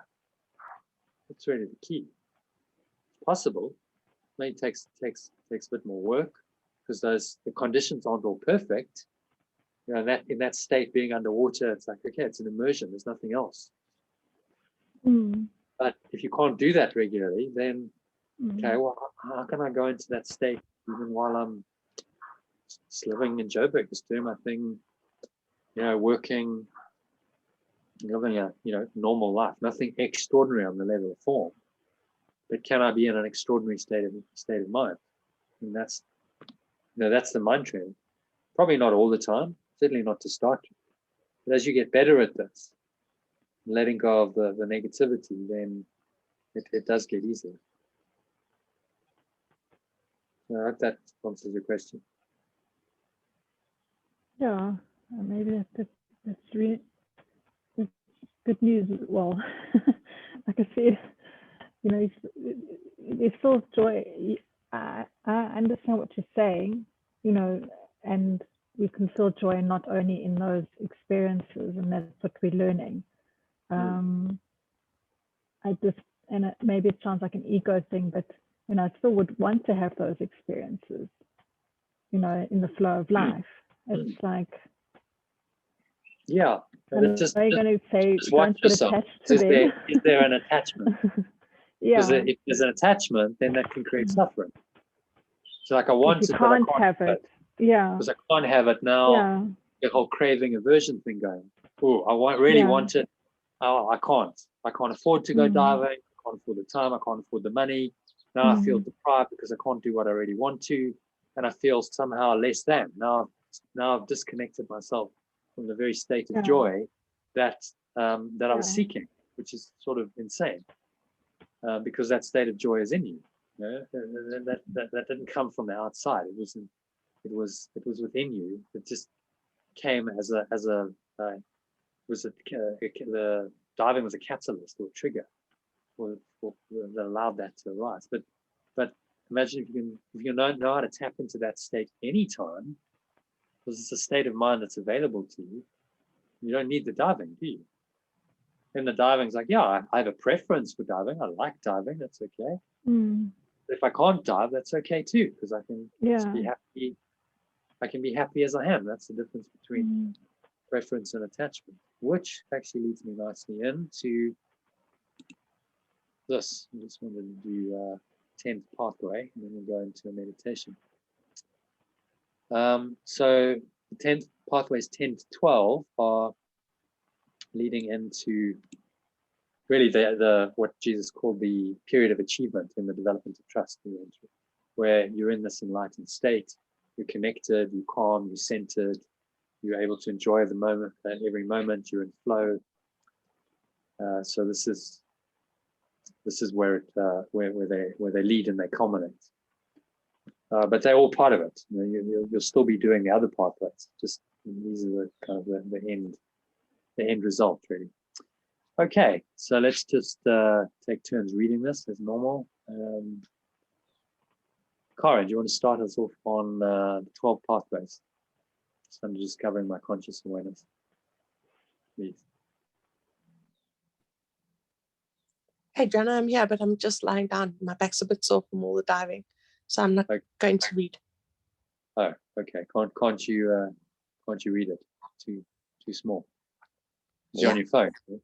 Yeah, I switched from my computer to my phone. It's a bit small. Okay. All right. Kim, will you kick us off? Okay, do you want me to? So I'll read the introductory paragraph. The 12 pathways give you a complete solution to every emotional problem in your life. Whenever you experience uncomfortable emotional waves, you will find that the pathways are always ready to steer you around the rocks into peaceful waters. Yeah. Want me to continue?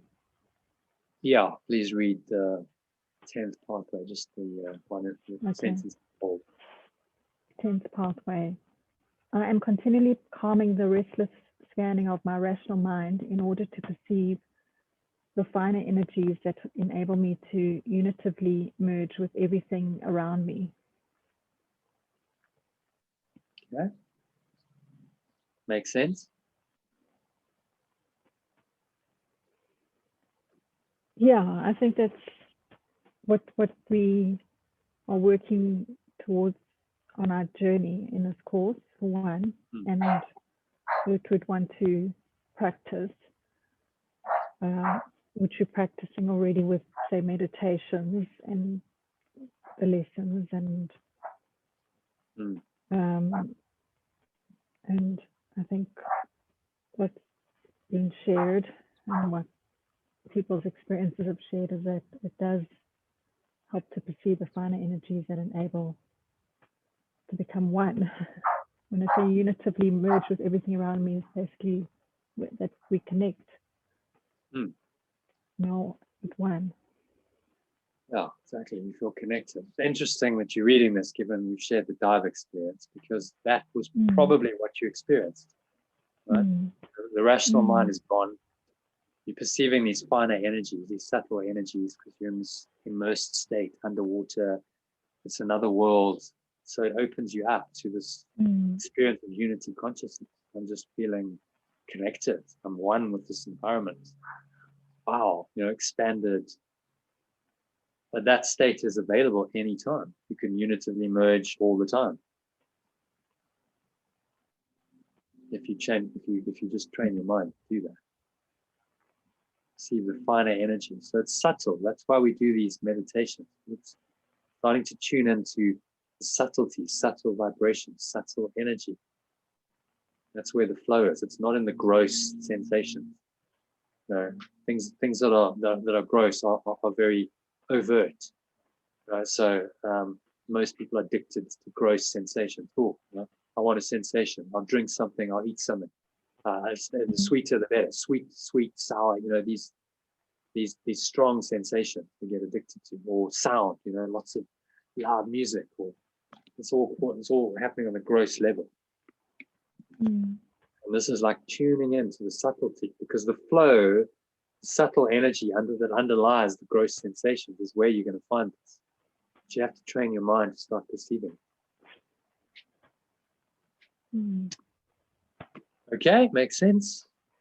Connect in with what we discussed related to the diving, altered states. That's where this is all taking us.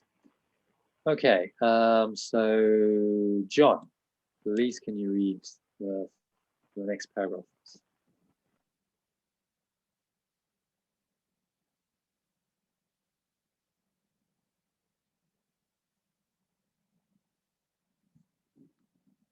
John, you there?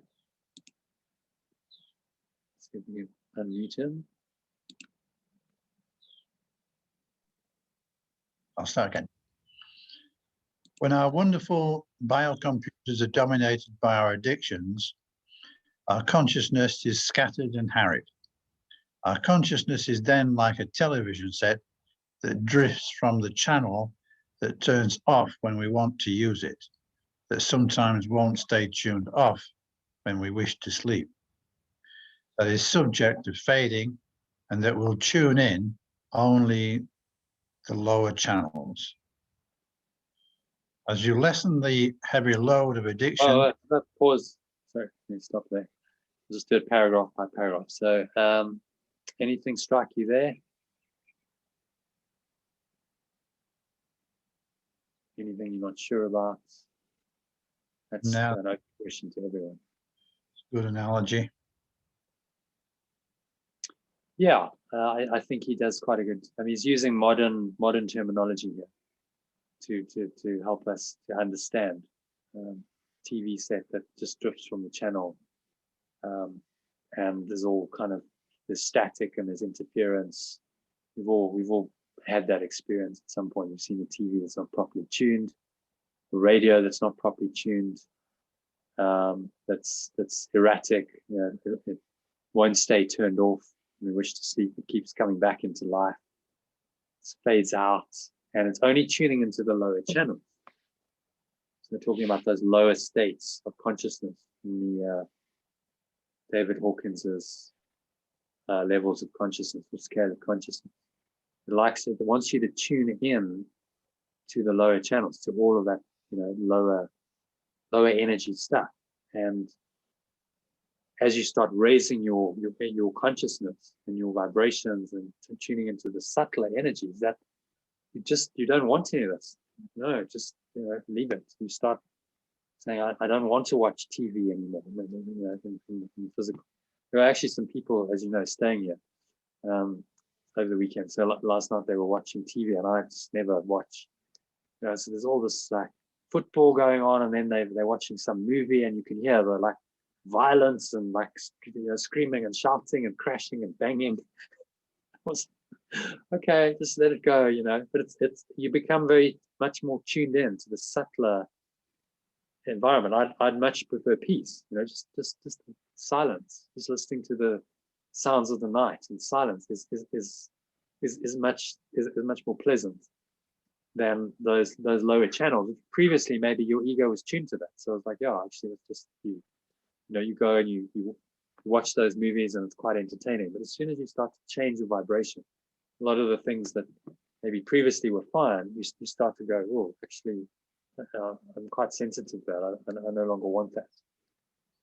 And he says at some point in the course, that's the normal. As you start to tune in more to the spirit, what was previously just a minor discomfort now can start to become quite acute. So if you're experiencing any of that, just know it's part of this process of tuning you to a different frequency. It means you have to let go of another channel. You can't be simultaneously tuned to all these multiple channels. It's just a mess. As you tune into the subtler ones, you let go of the grosser one. Okay, makes sense? Yeah. So it really is training your mind to tune in to the Holy Spirit. It's very, very subtle energy that's underlying all of everything. This is the one mind that underlies everything. You're tuning into that. And if you only tune to that channel, you listen only to that one channel, then you can really get the guidance and just be done through. There's no sense of a personal doer. You're just allowing yourself to be done through. You're an empty vessel, an open channel for this divine life force energy to come through and use. And that's what he's trying to train us to do. To just be that's an avatar. Just, okay, my body's being used. My body, this vehicle, this mind, person, it's all being used by the spirit. I'm only listening to that one voice. Okay, Sue, please read the next one for us. As you lessen the heavy load of addictions you have been carrying, your rational mind becomes quieter and quieter, and you begin to increase your insight and perceptiveness. You begin to have a choice that was not available before regarding the things you say and do. You begin to tune in to the finer energies around you when the precious space on the screen of your consciousness is not occupied by the emergency alarms triggered by your addictive security, sensation, and power models of how the world should be. Yeah, makes sense.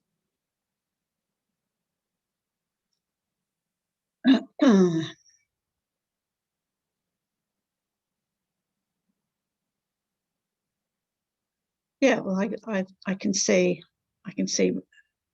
how that makes sense. That when you lose the addictions you've been carrying about, addictive behaviors, thought patterns, you tune in more and are more perceptive to what's going on.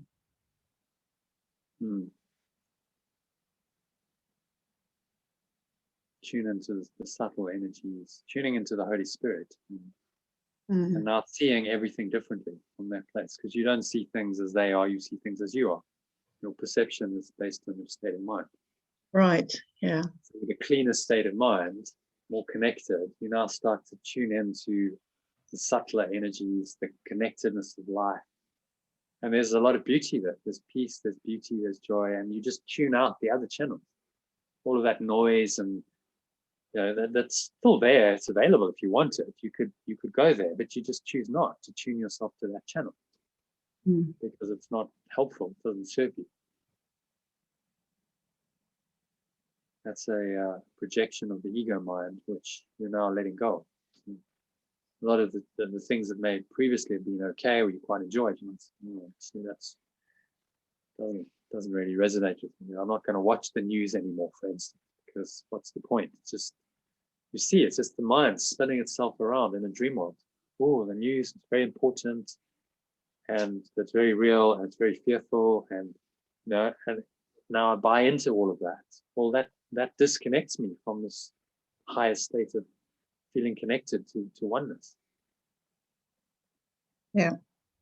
So, you start making more conscious choices about how you're going to spend your time. And not allow yourself to be triggered by these emergency alarms. Oh, I'm fearful now. Oh, I'm craving something now. Oh, power. Like, okay, let me play power games. None of that. I'm just, okay, so let me be done through. Let me be in this quiet, peaceful state.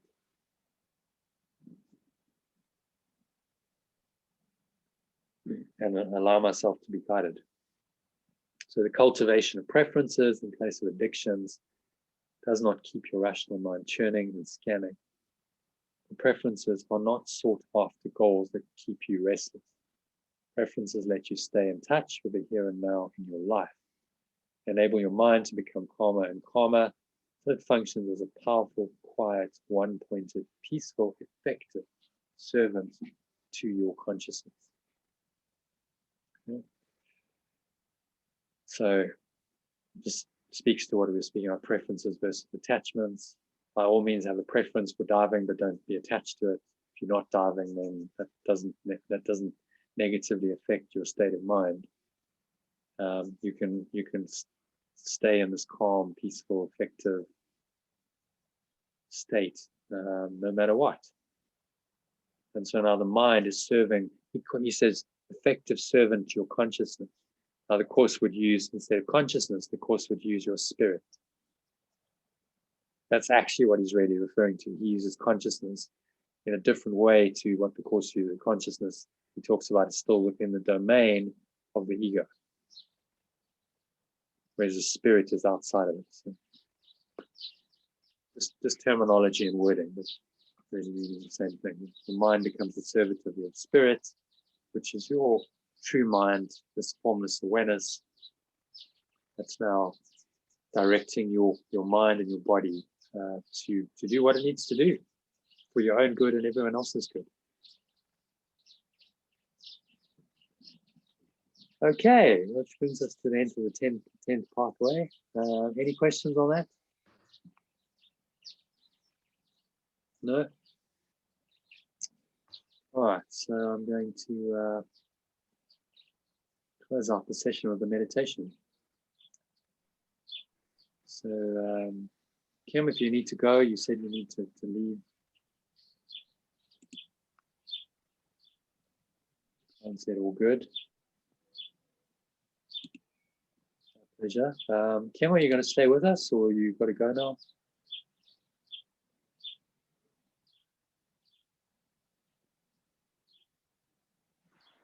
Okay, I'm assuming you're going to stay. See you still there. So I'm just going to mute you and just take you into a meditation. So just sitting comfortably, each shoulder width apart, cup your hands on your lap, keep your back straight.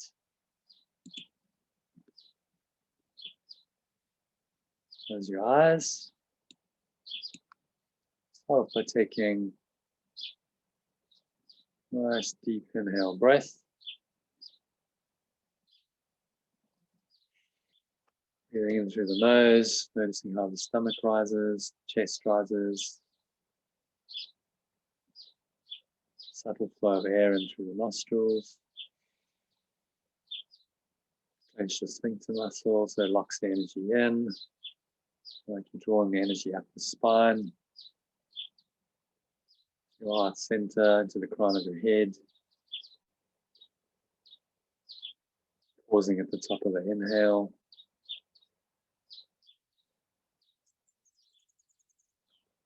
Check in and scan your mind.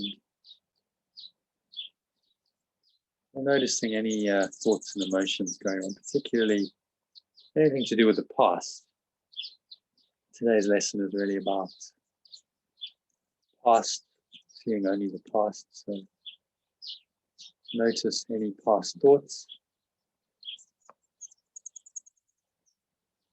that are arising. They often arise in the present, but it's really based on your past experience.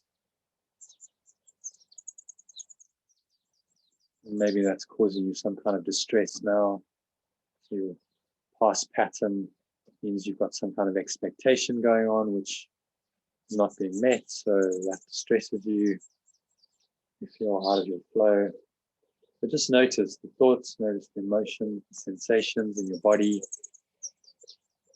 Wherever that's showing up, it might show up as a knot in your stomach, a block in your chest, clenching of the jaw, clenched fists, dry mouth, sweaty palms, nausea, panic attacks at the extreme. Just notice wherever you happen to be.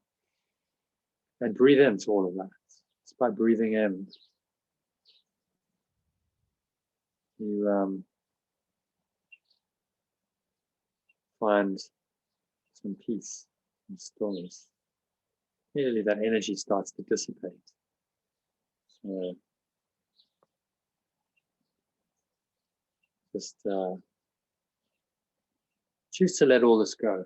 So I see only the past situation. And the past is over. The past isn't true. So I'm going to release it now with the help of my breath. So exhale. Exhaling out through your mouth. Letting it all go. Surrendering it all.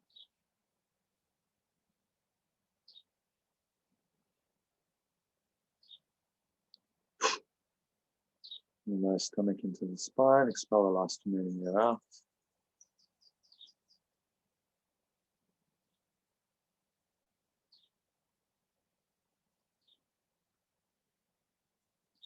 Find some stillness, find some emptiness and openness, spacious awareness.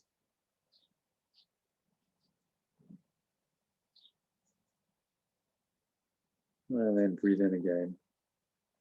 Deep inhale, breath. Observing the subtle sensations of the breath. Air flowing into the nostrils.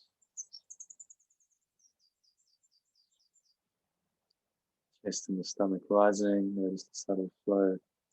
Air in the nostrils. Sensation in your nostrils. Air flowing over the area of skin between your nose and your top lip.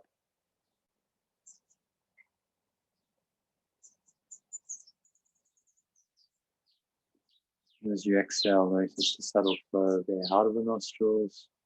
Any sensation in the nostrils, the tip of your nose, the bridge between your nostrils, the area just below your nose, between your nose and your upper lip.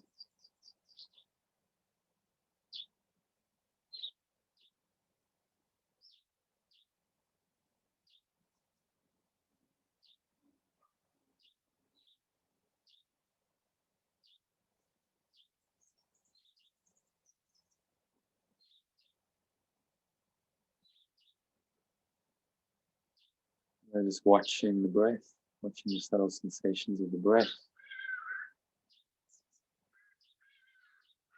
Tuning all your attention into the breath.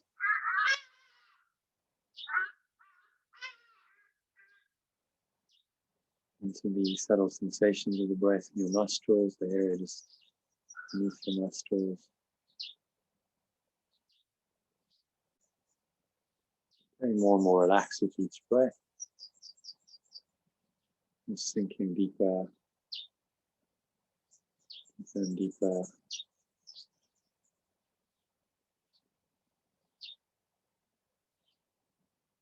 Each breath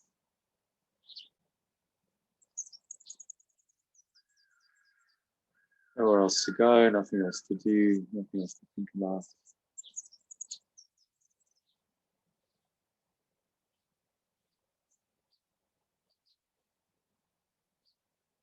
Just breathe, relax, and be still.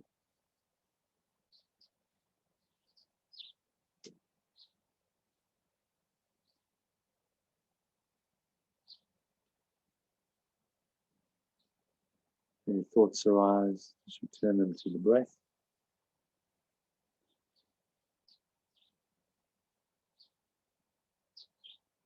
Laying them aside by focusing all your attention on subtle sensations of the breath in your nostrils, breath flowing over the area between your upper lip and your nose.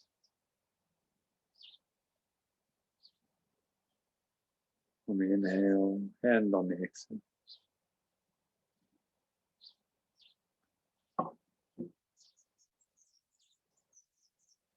You notice any thoughts arising. I'm going to apply today's lesson to them as well. So I already see only the past in this thought, experience, emotion, whatever it is. Truth is that the present reactions, most of them are usually dictated by your past experiences.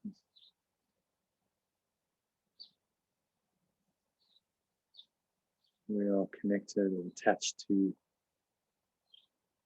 past that in truth never really happened, which doesn't serve us to be present.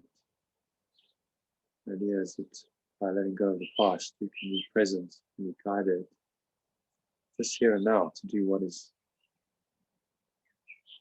most functional, most optimal for the greater plan of awakening, your own awakening, the awakening of everyone else.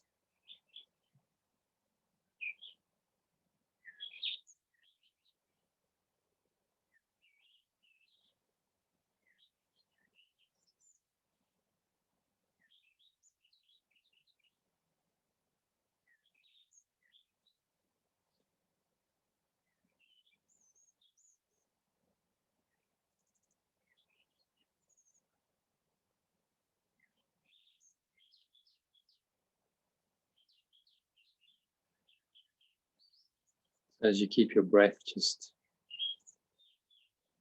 happening for you, to you, through you, and for you in the background, try to bring your awareness into the crown of your head.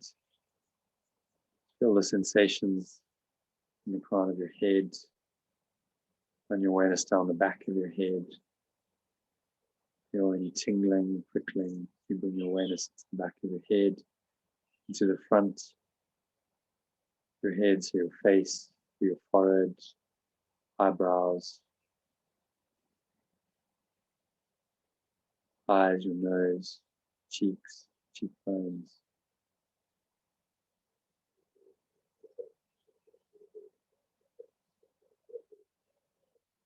Ears, the inner ear, the outer ear, the lobes of the ears. Just notice whatever's on the surface of the skin, any sensations, as well as any deeper sensations. So you can penetrate your awareness through from one side of the body to the other. And you feel a subtle life energy. It's tuning into the subtlety of life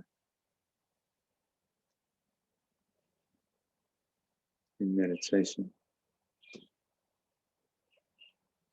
Feel the subtle sensation in the neck, front of the neck, back of the neck.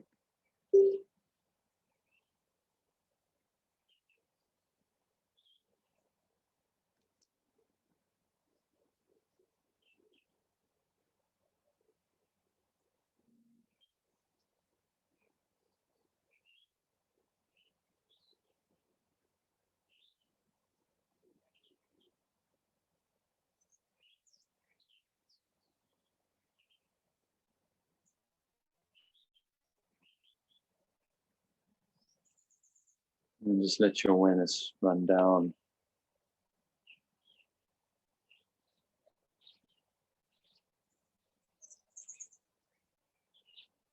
into your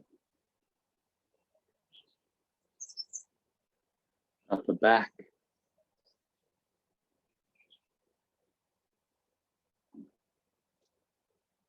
through your shoulders, feeling whatever sensations in the body. Feel the awareness penetrating into the body. Notice whatever's going on. If there's any gross sensation, any pain, any tension, just notice that. Helps you. You can just kind of breathe into it. Up your shoulders down. Roll them forward, roll them back. Just feel like you're releasing some of that. Feel the tingling as that happens. It's just a release of energy. Let your awareness flow down your arms, through your triceps and your biceps, down through your elbows, forearms, wrists, hands, fingers.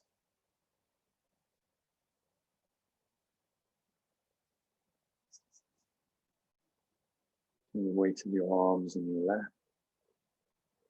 Pressing down, open your hands up and close. Feel the air on your palms, tingling in your fingers, and noticing all these subtle sensations. The mind wants to wander, bring it back to awareness of sensation in the part of the body that you're focusing on. If that fails, bring it back to the breath. Just watching air flowing in and out of the nostrils, over the area between the nose and the top lip. It's always the default state you can return to. To feel sensation in your fingertips, your hands, the palms of your hands, the back of your hands, flowing through your wrists, up through the forearms, underside of your arms, your elbows, triceps, your biceps, on up into shoulders, neck.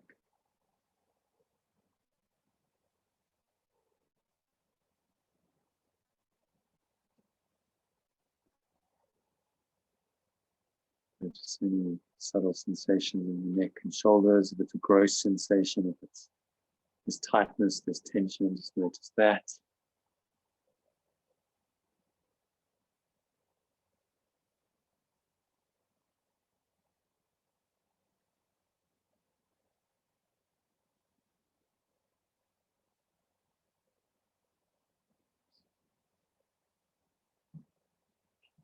And your upper back, your chest, middle back, your lower back, stomach. Penetrate your awareness through the entire body. It's not just the skin. Notice any sensations on the skin. You're penetrating into the body, going all the way to the other side. You notice a subtle life energy, a subtle flow of energy, little tingling. Just notice all of this. I'm going to take you deeper and deeper into the present moment.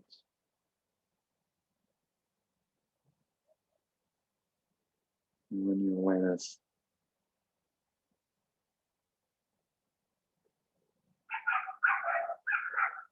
down from the lower back, through your groin area, through your buttocks, and flow into your upper thighs, quadriceps, your hamstrings,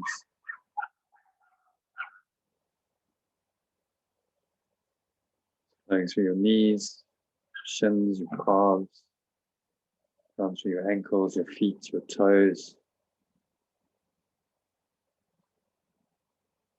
And the weight of your legs pressing down.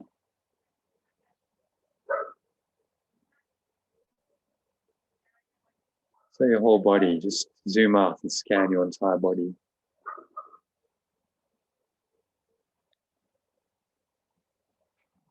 Just noticing all the subtle sensations of the body.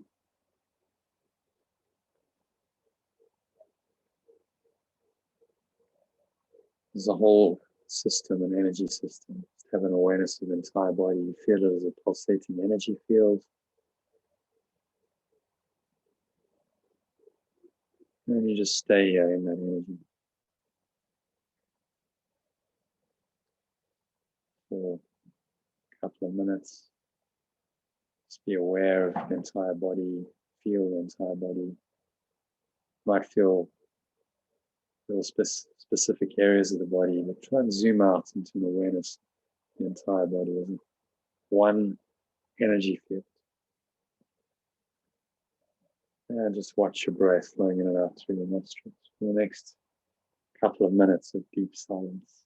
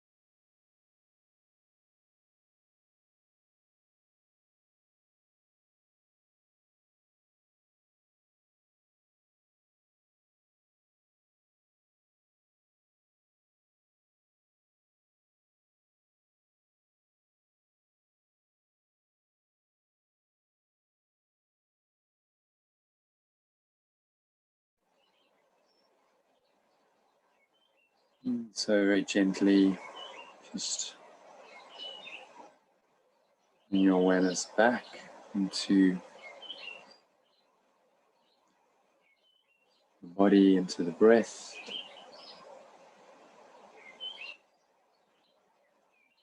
On the count of 1, noticing stomach rising, chest rising, some flow of air in through the nostrils.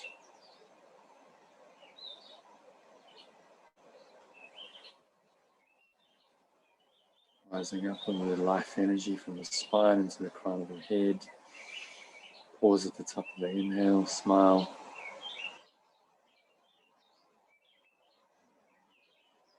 And just check in and scan your mind, just noticing any thoughts and emotions going on, particularly when it feels negative, limiting, contracted, constricting in any way.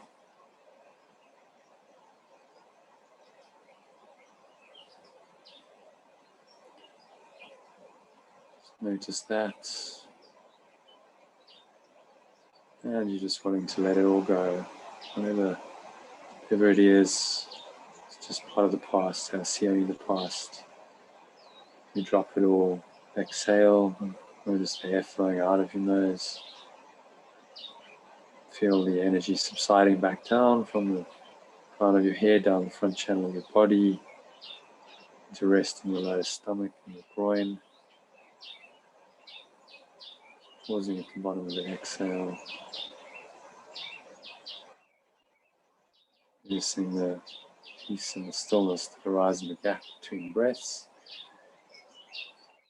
While your attention is down in your lower stomach, your groin area, notice the weight of your body pressing down into the chair, your feet touching the ground.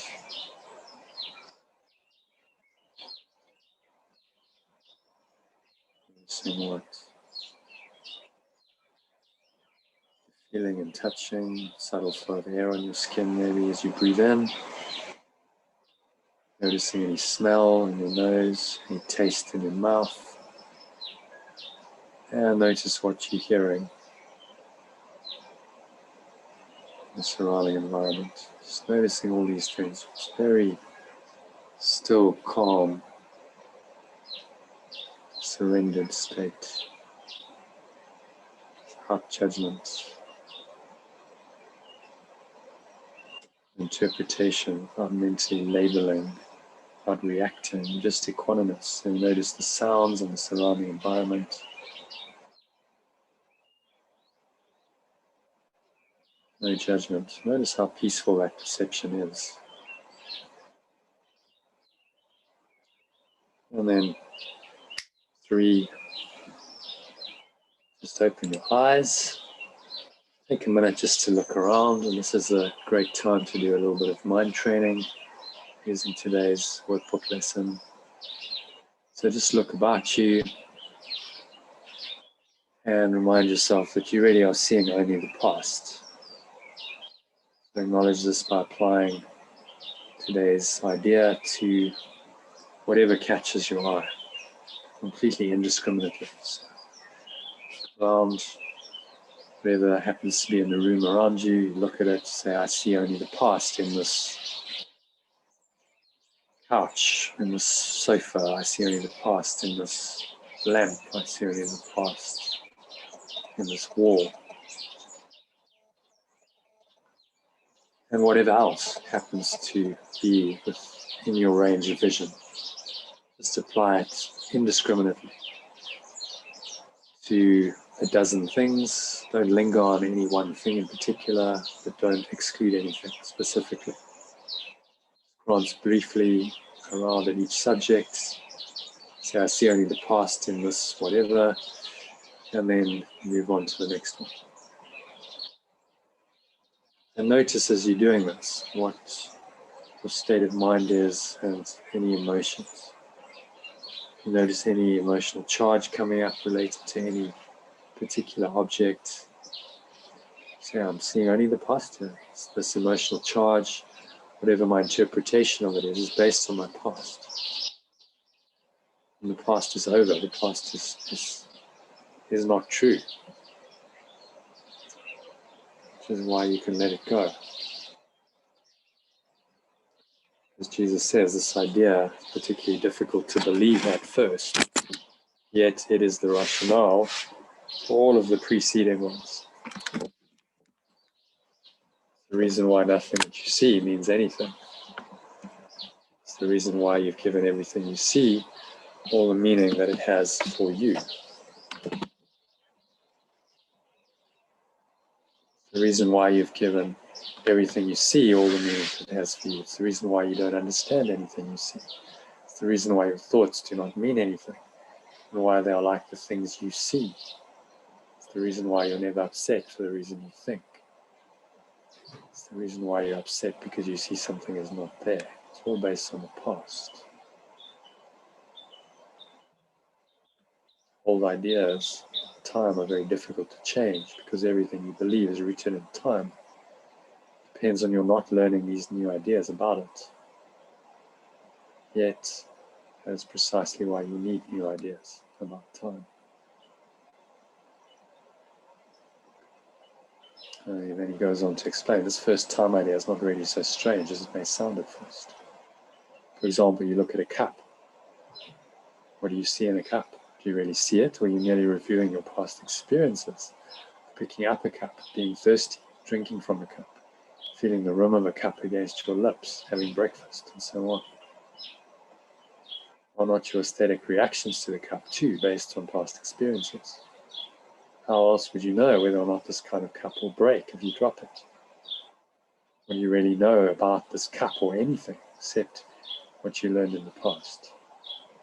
You have no idea what this cup is except for your past learning. Do you then really see it as it is now? So interesting to ponder that. Any questions about today's lesson before we close the session?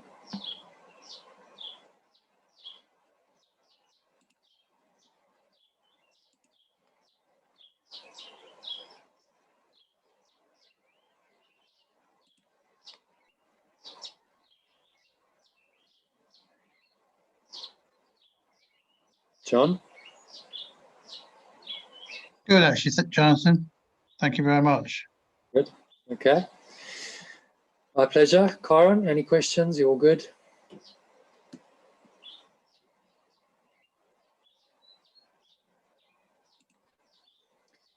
Okay. So just a bit of logistics in terms of tonight. I was going to just give you the movie to watch, The Matrix.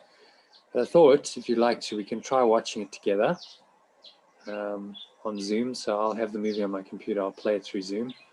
If you log into Zoom, then you can watch it and we can have a bit of discussion. So I'll like pause the movie at a couple of intervals and just kind of talk about what's happening. So does that work? John, Sue, can you join tonight? I can. Okay. I've got something else I was doing actually. Okay. John's up for it. Karen, I know you like to go to bed at sort of 9-ish. Is that going to be too late for you? Yeah, I think so. But go ahead, Jonah. Yeah. Okay. Well, we'll see who else wants to turn up. I'll put it out on the group and just say please let me know. I think James said he might. I don't know about Kim, Victoria. It's a movie watching and then a bit of interpretation. So I wanted to give it a go. I tried it a few years ago. It didn't work very well, but I was trying to live stream the movie at the same time, which I think knocked the bandwidth. And it was 3 years ago when internet was slow. So I wanted to give it another try. So yeah, let's give it a go. John, so I'll see you at 7:30. Yeah, okay, that sounds good. I really like the idea of the interpretation as well, actually. Have you seen The Matrix? Years ago, but I didn't. I can't remember anything about it. Yeah. Okay. So it's almost like you're watching it from fresh. Yeah. Okay. Good. Yeah. Excellent. So we'll give it a go. It can be a little. If it's just the two of us, it'll be a technical trial run, but hopefully James will join and maybe a couple of others. Yeah. Okay. Good. Thank you for the session this afternoon. Enjoyed that, and have a good afternoon, evening in the meantime. Thank you, Jonathan. Thanks, Jonathan. Okay. Bye for now. Bye. Bye. Bye.